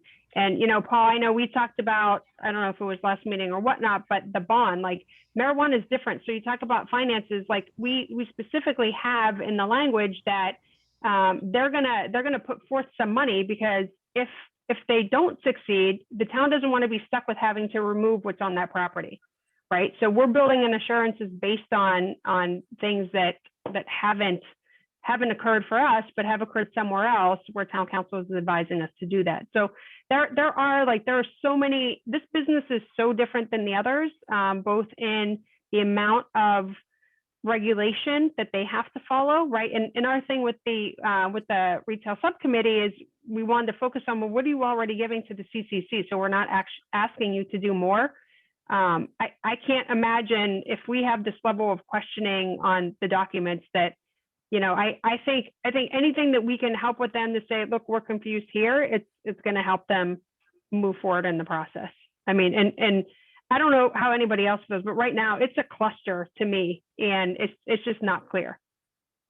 But again, I think, you know, again, I would personally think some of the questions that we've gotten into are, and you know, without getting into specifics, I think we've gotten a little off track in terms of what is the most important things about, you know, making it this business we feel comfortable recommending. I think there are some big glaring issues that we need to focus on and get them to focus on that you know, need to be fixed before we can kind of move forward. So, you know, we're delving into little minutia when there are bigger issues that are maybe not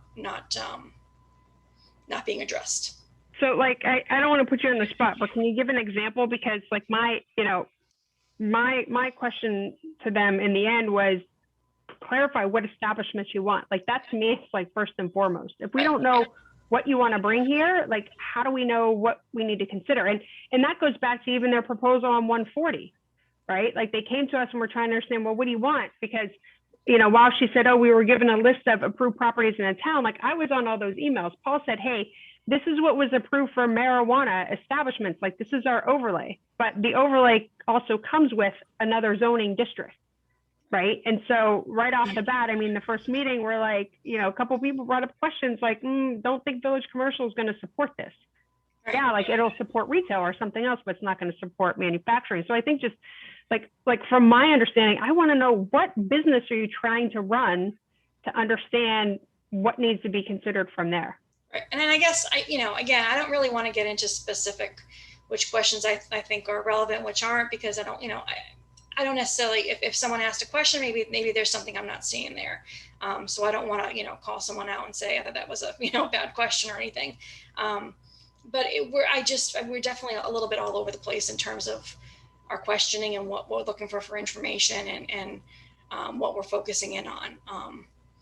And I just thought, again, get on the same page. That's all, just make sure we're on the same page there. Can you come up with a draft of like the things like starting from what we had from the RFI, like, and scaling back to what we think is appropriate for businesses, not retail? Yeah, so I went through a little bit already and kind of highlighted what I thought was from there was important. And like I said, added some things that were specific to,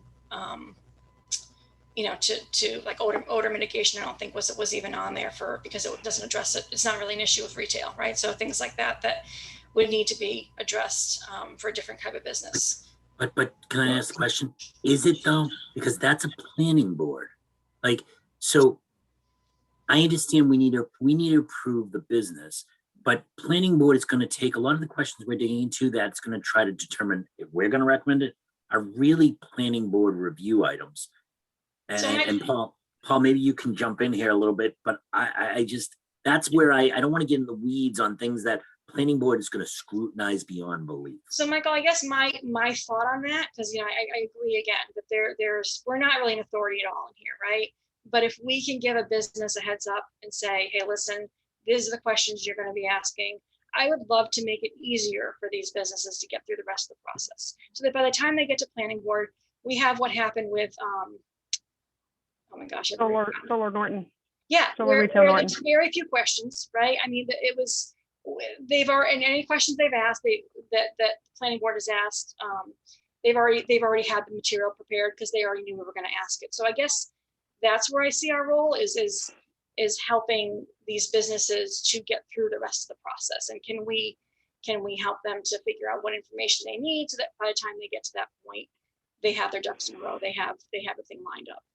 And Michael, I think for odor mitigation, I mean, we've heard it time and time again. Like Denise and I had 3 or 4 phone calls with different people on concerns of odor, right? Because of what's happened in neighboring communities. I've had multiple conversations with KP Law on this about, what have they done to mitigate? What do we need to look for? And while, again, the planning board's going to put conditions there, and KP Law is going to guide them a lot because they have actually a lot of experience in the odor area. Like, I mean, I don't know about you guys, but I can tell you when we had that greenhouse proposal, right? And they're talking about pushing the air out, like spraying it with some aerosol and then pushing out into the environment. I mean, my risk, antenna goes up and I'm like, wait, what are we pushing out into the environment? Like, those are things I think like we should understand. Okay, it's a closed HVAC system.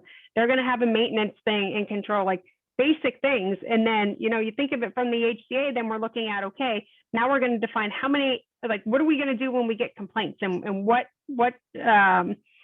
enforcement do we have, right? Like, those are steps, but I think it helps to build that out. It helps for us to get in front of the planning board to talk about, these are the things that we've reviewed with the applicant that we were concerned with based on, what came from the residents' feedback and things like that. And Paul, I know you wanted to add something, so I'll go to you. I think, I hope this adds to what we're saying, but really have 3 major bodies that have roles in moving any marijuana establishment forward, right? EDC, select board, and planning board. I think it might be beneficial to identify what each of those roles are, because while I don't disagree with what you're saying about getting ahead of the issues, it's still the planning board's jurisdiction. And and keep in mind, when they come to go to the planning board, we meet with applicants before they ever get to the planning board to also a staff, right? We get department heads. So, we want to be mindful of all their, of all the resources that are going to get put into it, and not have them run through what might feel like a gauntlet of why are we getting asked this again and again,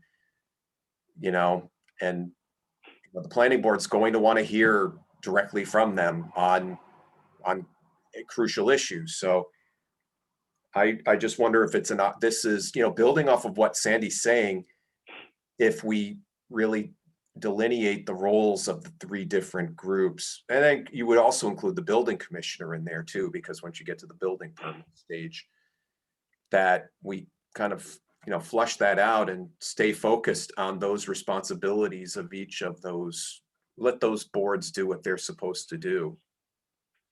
Yeah, I think the difference with us though is, remember, we're also appointed by the select board, right? And so Right. so they're going to want, I mean, we've pushed things back recently to say, hey, we want the EDC to hear this first and tell us what they think, right? So there's Sure. a level of that too. I mean, I'm with you. I don't want to cause a lot of duplication, but I think from a high level, we need to be comfortable to say, you know Sure. what? Yeah, we support this business and we want to help you through the process. Sure. No, I get that. But I guess in terms of the groups, the two groups that we've been hearing, I guess my question to the board or to the commission is, at what point do we say you're not ready to be rolled out in front of this group? I mean, just Right. hearing your comments, and I'm observing it too, and I just go, it changes every time. And at what point, and how do we help them, I don't know, be ready to come to the board and really have everything together, whether it's them or any other group. You know, oftentimes they'll meet with Mike, myself, and, you know, maybe a select board member or two.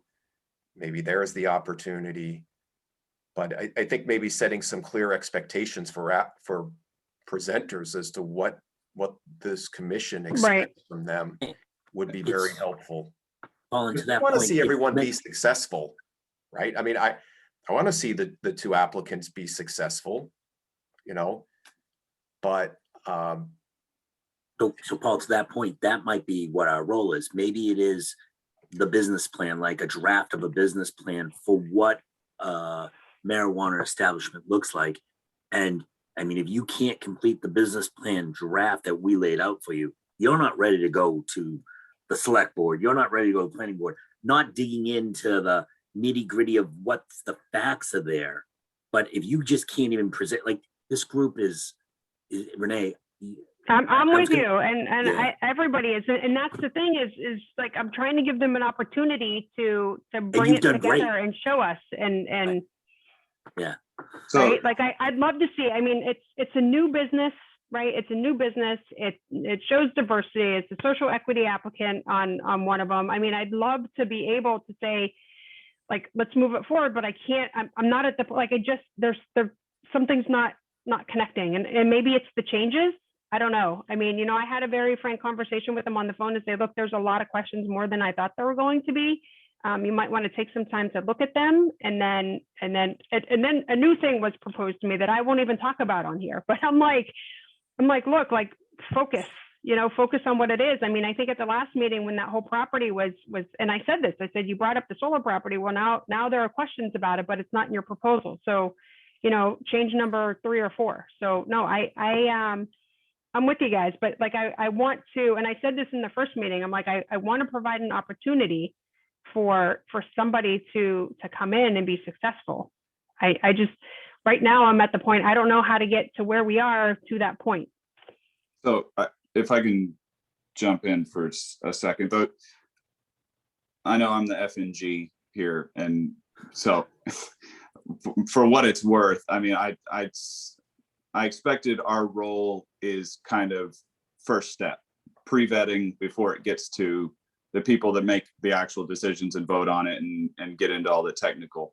And so our role is bridging the gap between the people that want to come into our town and be successful businesses to go through all of the red tape that it takes to go through and actually, you know, build the business out and do everything.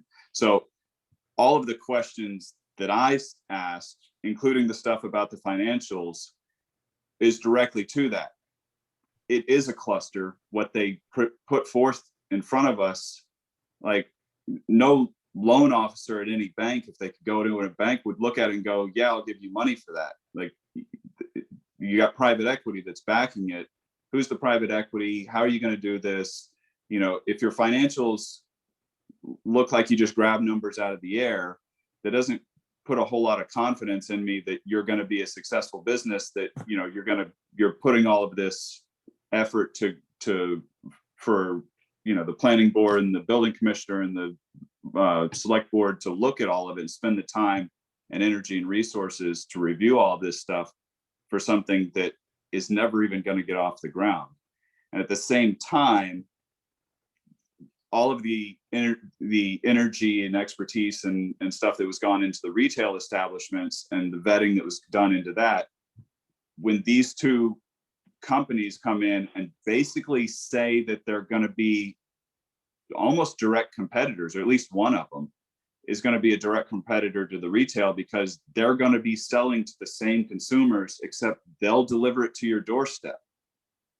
It's going to take some it introduces competition. And I'm not saying that that's necessarily a bad thing, but you've got the two retail, and now, you've got a whole flood of, licenses that are not as regulated as the retail, that can basically come in and do the same thing from a block down the road, and they want to do it, two establishments right next to each other. That's where a lot of those questions that I was asking are coming from. Like, give me a comprehensive business proposal that actually makes sense and tells me what you are, where you're going, what your plans are, what you have lined up. Like, how is this going to work? And, was it Tiffany was the one that was talking this evening? I mean, the first thing that she called it was a conceptual. Is that our role, is for them to work through their concept, or are we supposed to have like a coherent, like a cogent business proposal that is ready to move forward? So all the questions that I asked were to point out to them that their proposal is lacking. Like, it wasn't nearly comprehensive enough to move forward to the next stage. So as the EDC, we're trying to help them get to that point. Like, here are all the things you haven't thought of. And we didn't even get into the fact that you're going to do transportation, and I didn't see a single person on their resumes that had any experience in transportation or logistics. And you're going to be manufacturing stuff in kitchens, and you have nobody that does industrial kitchen work. Like, no chefs, no rest. Like, what kind of business plan is that you're, okay, we're going to grow some pot and then we're going to distribute it? Okay, that sounds like a decent idea, but how are you going to do that? So I think, I agree with a lot of what you're saying. I don't disagree with the fact that we're pre-vetting, but I guess the difference to me between this and the MRS was the MRS, we accepted or denied, right? We said yes or no. And to me, this is about, as the EDC, we should be, again, giving them concerns, giving them suggestions, giving them, this is what the list of, and I think at this point, I'm not even sure we need to ask any more questions. I think we need to start raising the concerns we have and letting them know that these are the issues we see, that this is gonna, get caught up in all the different other levels until these things are rectified, right? So as opposed to, continuing to keep asking questions, I think we maybe need to start raising more concerns and letting them know what it is that the deal breakers are, right? Because there's at this point, it sounds like there's a lot of major issues that until they're fixed, we're not going to be able to support them. I guess the reason this came up too, Renee, was because I felt awful when, and Alyssa's on here now, but I felt awful when Alyssa told us that she had lost her site, and that she didn't think to come to us, to help her to fix that, to help her to find another site, or to, work that out or whatever. And again, I feel like we need to transition from this yes, no, sort of judgmental kind of board because we had to, right? And make a judgment, versus helping these businesses to be successful, or telling them what they need to be successful in this industry.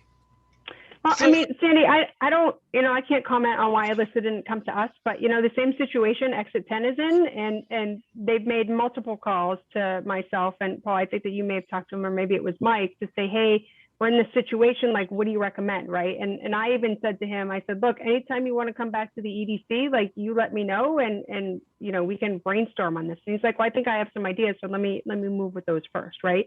So it's not, I don't think that that's necessarily the issue, but they've already been approved, from right? this perspective, well, let me just finish. If we are, and I agree, we should provide recommendations. I think that is our role to say, okay, this is how we see you being successful. I just don't feel like I'm at the point where I can even provide a recommendation because I don't feel like I have enough information. And if you feel differently, and if other people do, like, start getting recommendations together and let's put them together. Yeah, I mean, I'm already hearing like concerns tonight, right? People are raising concerns. So I feel like it's a good time to kind of bring some of those up and say, these are where we're at. And this is, this is what we're looking for.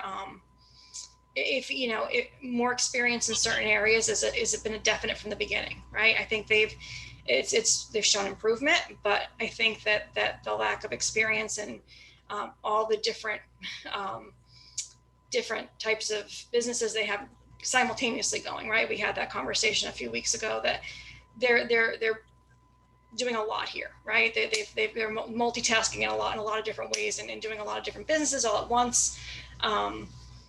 I don't know if maybe they need to narrow that down, or else just get to the point where they have experience in each of those areas that they can really show, they can demonstrate to us. So I don't know what it is. I mean, I guess that's I feel like we need to talk about, and maybe not necessarily with them, but talk about it first, and then kind of share that with them.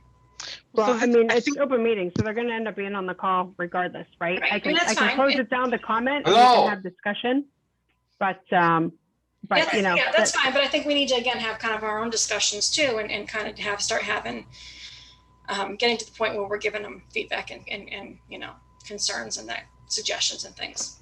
Yeah. Well, Denise, so- go ahead. I know you had a comment. I was gonna say, to your point, like, we're here to kind of be a partner where we want to help the area businesses, but so two things. We want to make sure that's the right businesses that we're pushing forward and wanting in the town. And number two is I think, although we've asked a lot of questions, I think that the crux of those questions is to try to help them be a better presentation for the town and be a better presentation going forward to like the Board of Selectmen and the Planning Committee. Like, it's not to be nitpicky and just be, pains in the butt. It's really to kind of, these are some concerns that have probably come up. Can you answer like these questions around qualifications, around how the organization is structured? And I honestly, I'll be frank, I didn't realize that they were both going to be doing cultivation and manufacturing until this evening. And I don't know if it's because I was looking at the 5th and the 19th stuff at the same time, and that's probably, mixing those two up together. But knowing that, I think is a deal changer for me, having the two of them neighbors doing the same business. Hey, Well, speaking of and- that, Paul, I'm sorry, Cody, just real quick while I'm on the spot. The Queensbridge submission, Paul, isn't on the isn't on Dropbox anymore. I don't know what happened to it. It isn't? No, it's just we have like under May 19th, we have the individual documents, and then Oasis of Tranquility final, but then the other one is not there anymore. They took it down. It was there today. I was looking at it earlier today. I'm looking at it right now, Renee. From the 19th? From the 19th, Paul? Yeah. I see it in Dropbox. Is it not showing up on yours? No. Maybe did the permissions change somehow? This is all I see. No. And I did a refresh too. I do refresh again.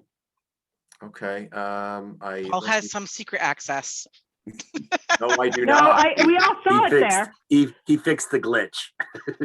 Yeah, I looked in here too to see, because it was in all caps. It said Norton something, Norton submission, I think, but it's not in the other folder either. And I don't think any of us have permissions to do anything, right? Should have. Renee, I can see that what he's showing. No, this is what I'm showing though, but there should be another one. Yeah, the Oasis of Tranquility I can see, but there's no. The other one was the Queensbridge, and it was titled like Norton submission in all caps. Okay. I have it. You probably downloaded it. I think I downloaded it. I definitely have it because I got it from them. It's a download. It's huge. Yeah, it's Right, but it's 300 not- some odd pages. Yeah, I couldn't send it in the email. That's why Paul and I talked right before I sent that email out, and he put them out on here. I don't think I downloaded it, but I am definitely not the most technical person, so who knows? I mean, I have it. We'll have to figure that one out. I think after our questions were posed to them, I think they probably realized that one. They that one can't, was they the can't right- touch this, though. This Hold is- on, this hold is on, town Renee, Dropbox. you have this report here, and then we put everything else in the individual documents folder. No, No, we that's- had both. We had the Norton submission one here too. Yeah, this Oh, the individual documents is still No, it's in Oasis. It's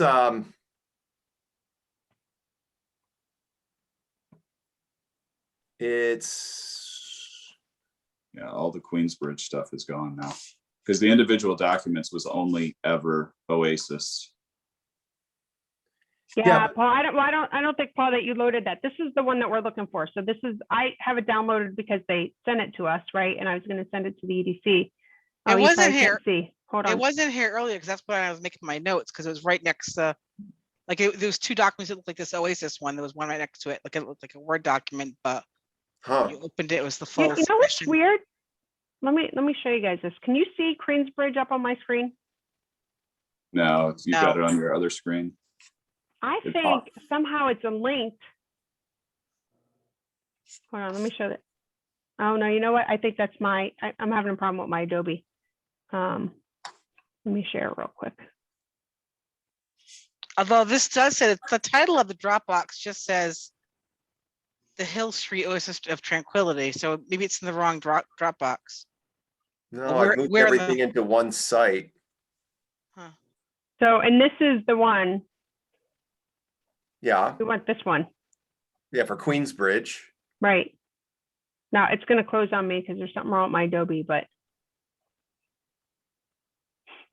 So that, it used to be here, because I remember looking at it before I sent the email.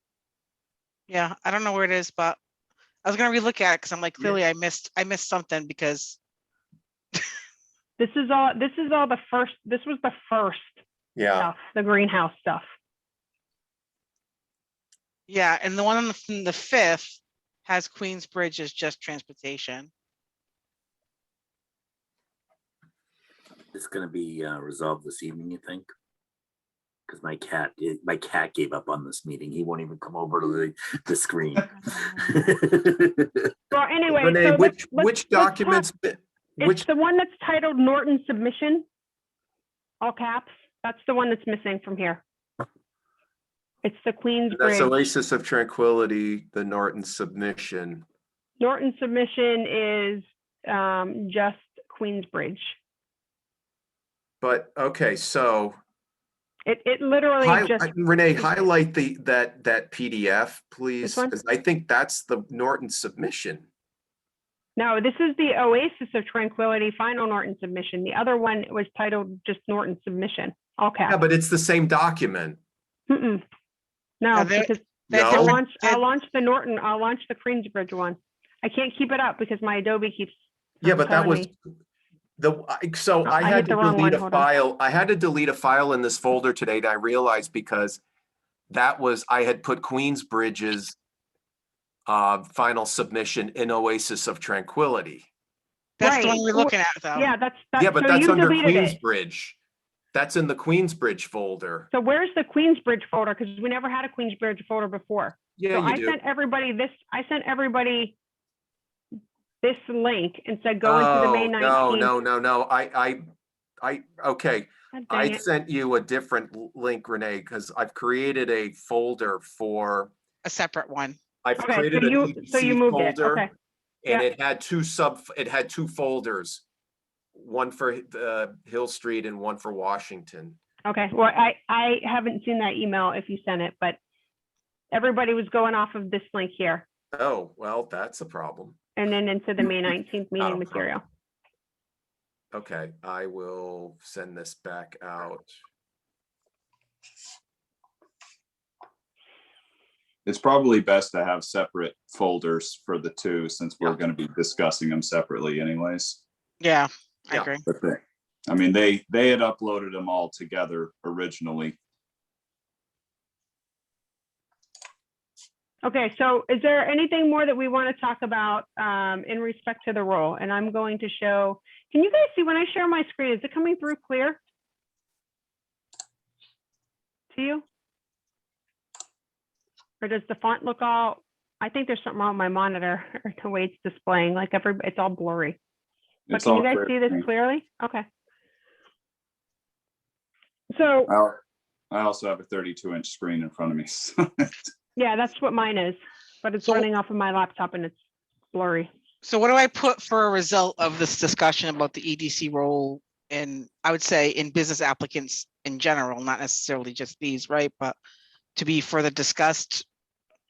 Well, so Sandy said she's gonna she took a first stab at it. So a first stab at what's, specifically, what do we want to look at for retail or marijuana establishments, right? Number one, because this is still different than other ones, Okay. right? Like we had, who did we have come to us? It was the woman with the car dealer, right, down on 123. Tamara. Was it Tamara?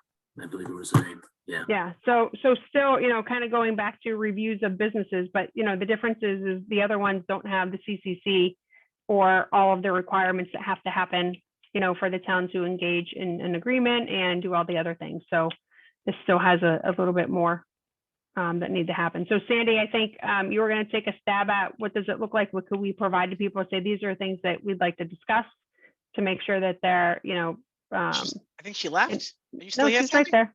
Yeah, Oh. no, yeah, and I think, I think also just, in general, like maybe prioritizing, like what are some of the things that are deal breakers, right? That until we get specific information or specific criteria is met, that it's not going to be able to move forward. Well, so I think the typical part with that, though, is what's a deal breaker for me, may be different than what's a deal breaker for planning, board of selectmen. But I Can think you- that's what we need to be thinking about, Denise, right? Personally, I see our role as helping them through the process and making sure they get through the process, that they're prepared to enter into an HCA and prepared to answer any questions that planning board has for them. I mean, to Paul's point, we don't necessarily have to get into the detail that planning board will get into, but at least sort of that this is what you're going to be asked, so that to make sure you're prepared before you move forward. Right, but it's like to your example, right? Like, is having two cultivator manufacturing facilities neighboring a deal breaker? For me personally, I would say yes, but I don't know how the board or the planning board would feel about that. Well, and I think that's what we have to kind of agree on, right? If we think it is that, and we would never recommend it to either one of those groups, then I don't think it's a consensus. deal breaker, and I don't think I would say I wouldn't recommend it, right? Because if that were the case, we would have put that in the bylaw. My point is, two of them, like essentially with the same, it's like the same business, right? We saw like a copy and paste, and if we're not completely comfortable with them 100%, like I wouldn't see going forward with two until we prove that proof of concept out that one is going to work. Right, like if this were two different businesses, right? I'm not saying that I would say no, we're not going to do it, because I don't think that that's the case. But we don't have it in the town. We know that there are issues. Like I think we need to have like tread with caution, right? So when I say it's a deal breaker for this point in time, right? Because to your point, we've not had this sort of business in town before. And so we haven't been able to flesh out like where the concern's going to be, how's this going to work in the neighborhoods. Like, I think until we can do that with one, we can't say if we'd be okay having two being neighboring. And to your point on the odor about piece, that. I'm sorry, could I be very careful about that, because you're getting into them having to justify a need. Planning board has some ability with a special permit, but that could be a real tough threshold to achieve, because or if you're going to bring that up, then you should give them the right to respond to it, and they may be able to provide you with documentation that shows that that their businesses can work successfully being that close together. The bylaw was also very clear that only marijuana retail establishments couldn't be within 500 feet of each other. It made no such references or requirements of others. So be careful about Well, that. and that's what I said. We didn't put that in the bylaw, so I don't think it's a deal breaker, right? I think the difference here is if these were two separate companies that came to us, right, with very clear business plans, experience, like the things to make us feel comfortable, I don't think it would even be a concern. I don't even think it would be a thought. I think the difference is the confidence of what's been presented so far, and moving forward with two, that there's some hesitation. So I think what I keep hearing, Renee, is experience, right? And if that's, again, to me, that sounds like, to me, that's a deal breaker for a lot of people, that if they don't have experience themselves or somebody they're working with that knowledge, with that experience, then they're not going to get very far in this process. Yeah, and I think we have that outlined already, right? Like, we want to know that isn't that one of the things that we had before from the MRS was the there are, but there's, of you the know, management again, and operating team. Again, I feel like it's more of it's a scale, right? Like there's a lot of things on there that are maybe nice to haves, but not need to haves. So maybe at the first pass, we focus on the must haves. I think it's important that, to your point, Renee, I think it's important that we just do a business model. They should be presenting a business plan to us. And I don't think you can ask all the questions that may come up in this. I mean, the reason we got so confused on this in particular case is because they kept changing directions on us every time we talked to them. And I rather see, to your point, basically that car dealership or the car wholesaler down in there was a desire to see a business plan, right? And so I think our job is to present like an outline for a business plan. And then these are some of the other considerations. If you're looking for a marijuana establishment, maybe you create 4 or 5 different things, but these are the other considerations that you may add to that business plan. I just don't think we're going to be able to say we have a draft for everyone to have exactly the same information. I think we just need to be careful to not create more work for them too, right? Because they have to submit, like, this is all the same stuff they have to submit for the CCC. So whatever we can leverage that's there, right? So if we talk about experience and we want to know the bios of people, I think that's already something that they have to give. So Michael, I'm with you on your point with the business plan. I just, how can we say that in the criteria that they already have to follow, right? Otherwise, it's going to end up split, right? We've seen, let me just close this one point because I know we're all exhausted. We have 45 different documents from these people when I've seen consolidated PowerPoints, right? So there's some point where, and none of us have the stomach of going through every single document, reading it face by face, when what we want is a consolidated business plan. Well, we got the consolidated documents. That's why we have these 2 big files. And so I guess that's the question. Did we ask all those questions, and now we're asking more questions and they're adding more addendums? Because we're already at 300 pages right now, right? Like, can we streamline this to what's the most important and get that first and foremost? And then maybe once that's in play, that we can ask for more detail. But I guess, to have them go through and make a document that's 300 pages long, and when there's a major issue in like page 2 or something that we have, like, let's not have them go so far before we give feedback and say, we're going to stop you right here. We need to see this, and this. I wish that were the case, Danny, but that was not how it came to us, right? It came to us as 300 pages, and we just asked them to put it in one because we couldn't go through those. I guess my question is, Renee, is that in part because they were using the RFI as a guide? I don't think they were. I don't know. So then we need to, again, be specific about what we're looking for, and to the other end, we don't want a whole bunch of extra information, right? Like this, and we should be clear to say, look, get all your documents, put it in one, right? Like we did at the last meeting, put it in one, give us a table of contents so we can find it, make it searchable. But I didn't expect, trust me, I had to download every one of those documents that they initially sent to us. And it took me over an hour to do it. right? And then Paul had to put them up on the site, and it was excruciating. You So know, I think, maybe just adding to what Sandy's saying, we should be at least telling applicants before they come to this commission, here's at minimum what we're looking for from you. And then if you want to add more, great, but you know, separate it out. it helps.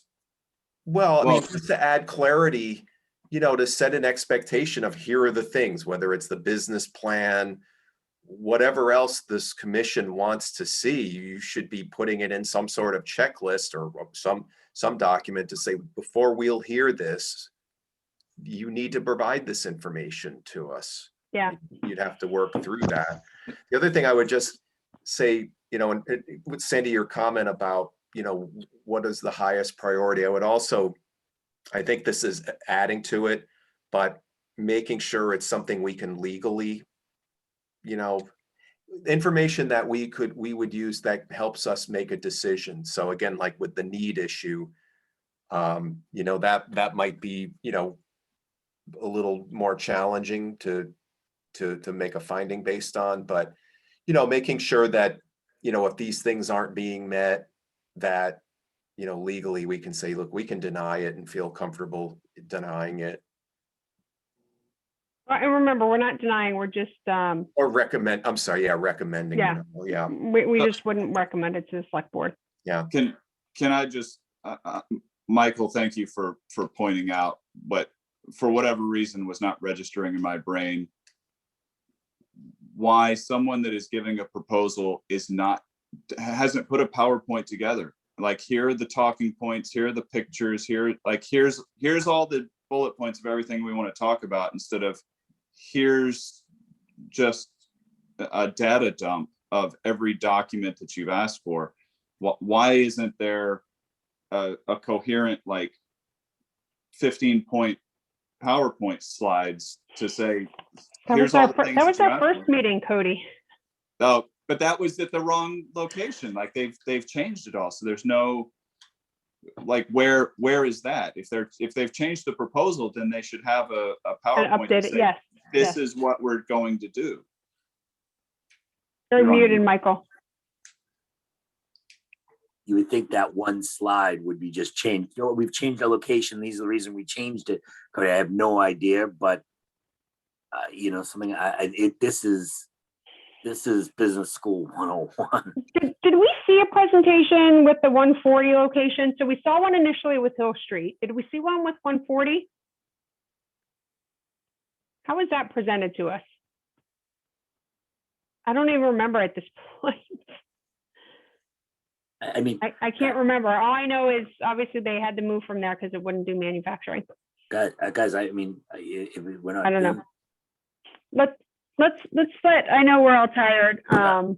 Let's let Sandy come up with that list. Sandy, like, I'd like you to think and not necessarily do, but kind of what's next stage? Like, what about for other businesses? Can we provide something and say, hey, you know, we want to support you coming here. These are some things that we'd like. I know marijuana has a lot more to it, but maybe we can provide a couple of bullets out to others too, right? So that we're looking across what sort of economic development can happen in town. Because that would be helpful, especially if something gets kicked back down to us. So aside from us providing the bullets of what they're gonna need, I guess why do they need to come to us to begin with anyway then? Right? If we're giving them, here's the recipe for what you need to do to bring the Board of Selectmen.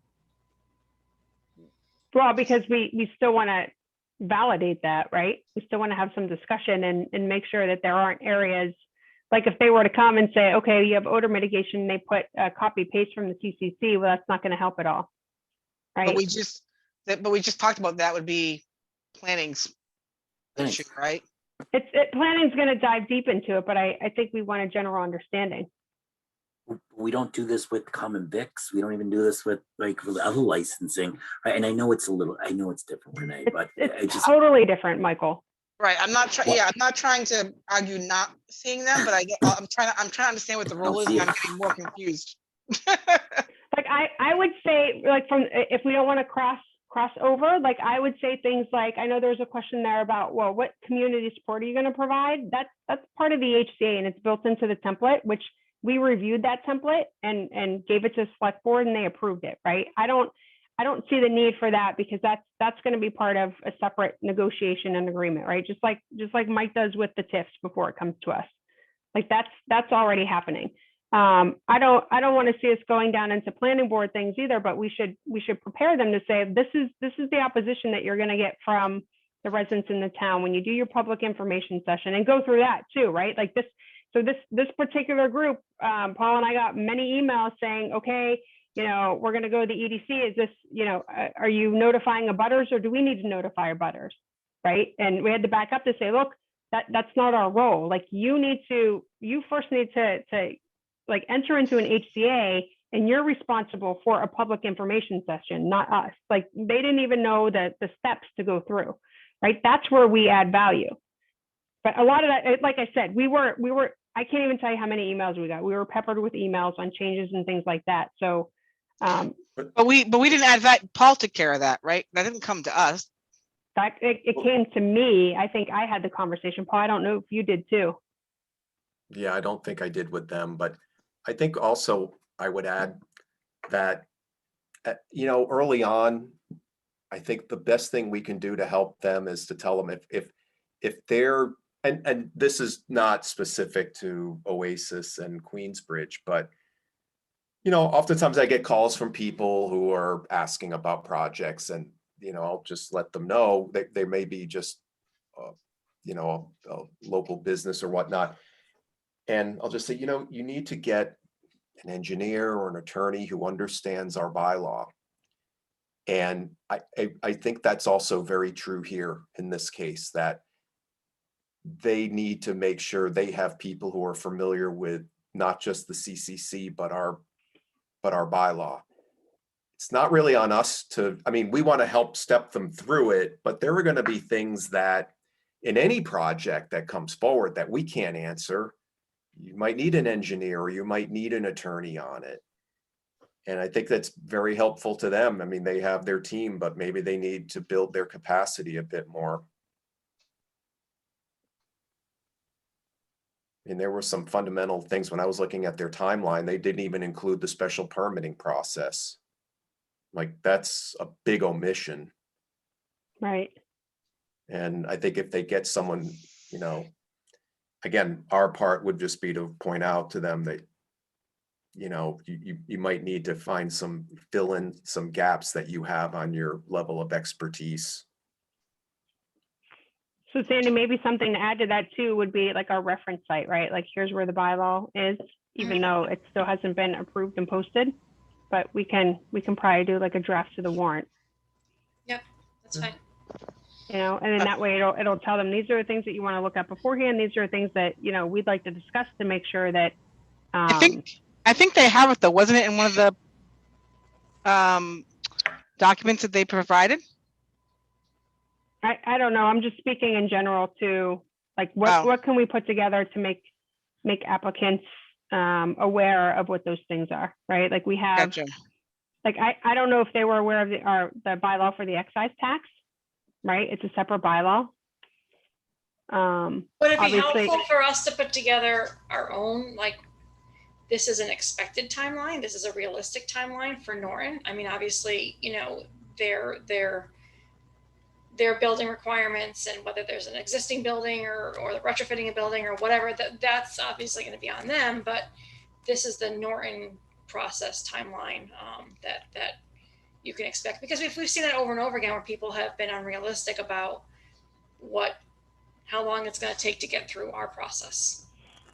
Yeah, I would say we piggyback on that slide that was put together for the info session, right? Of the steps, like what happens in the town, what happens in the CCC, and then what does the applicant have to do, and just put some numbers around that. I have that if you need it.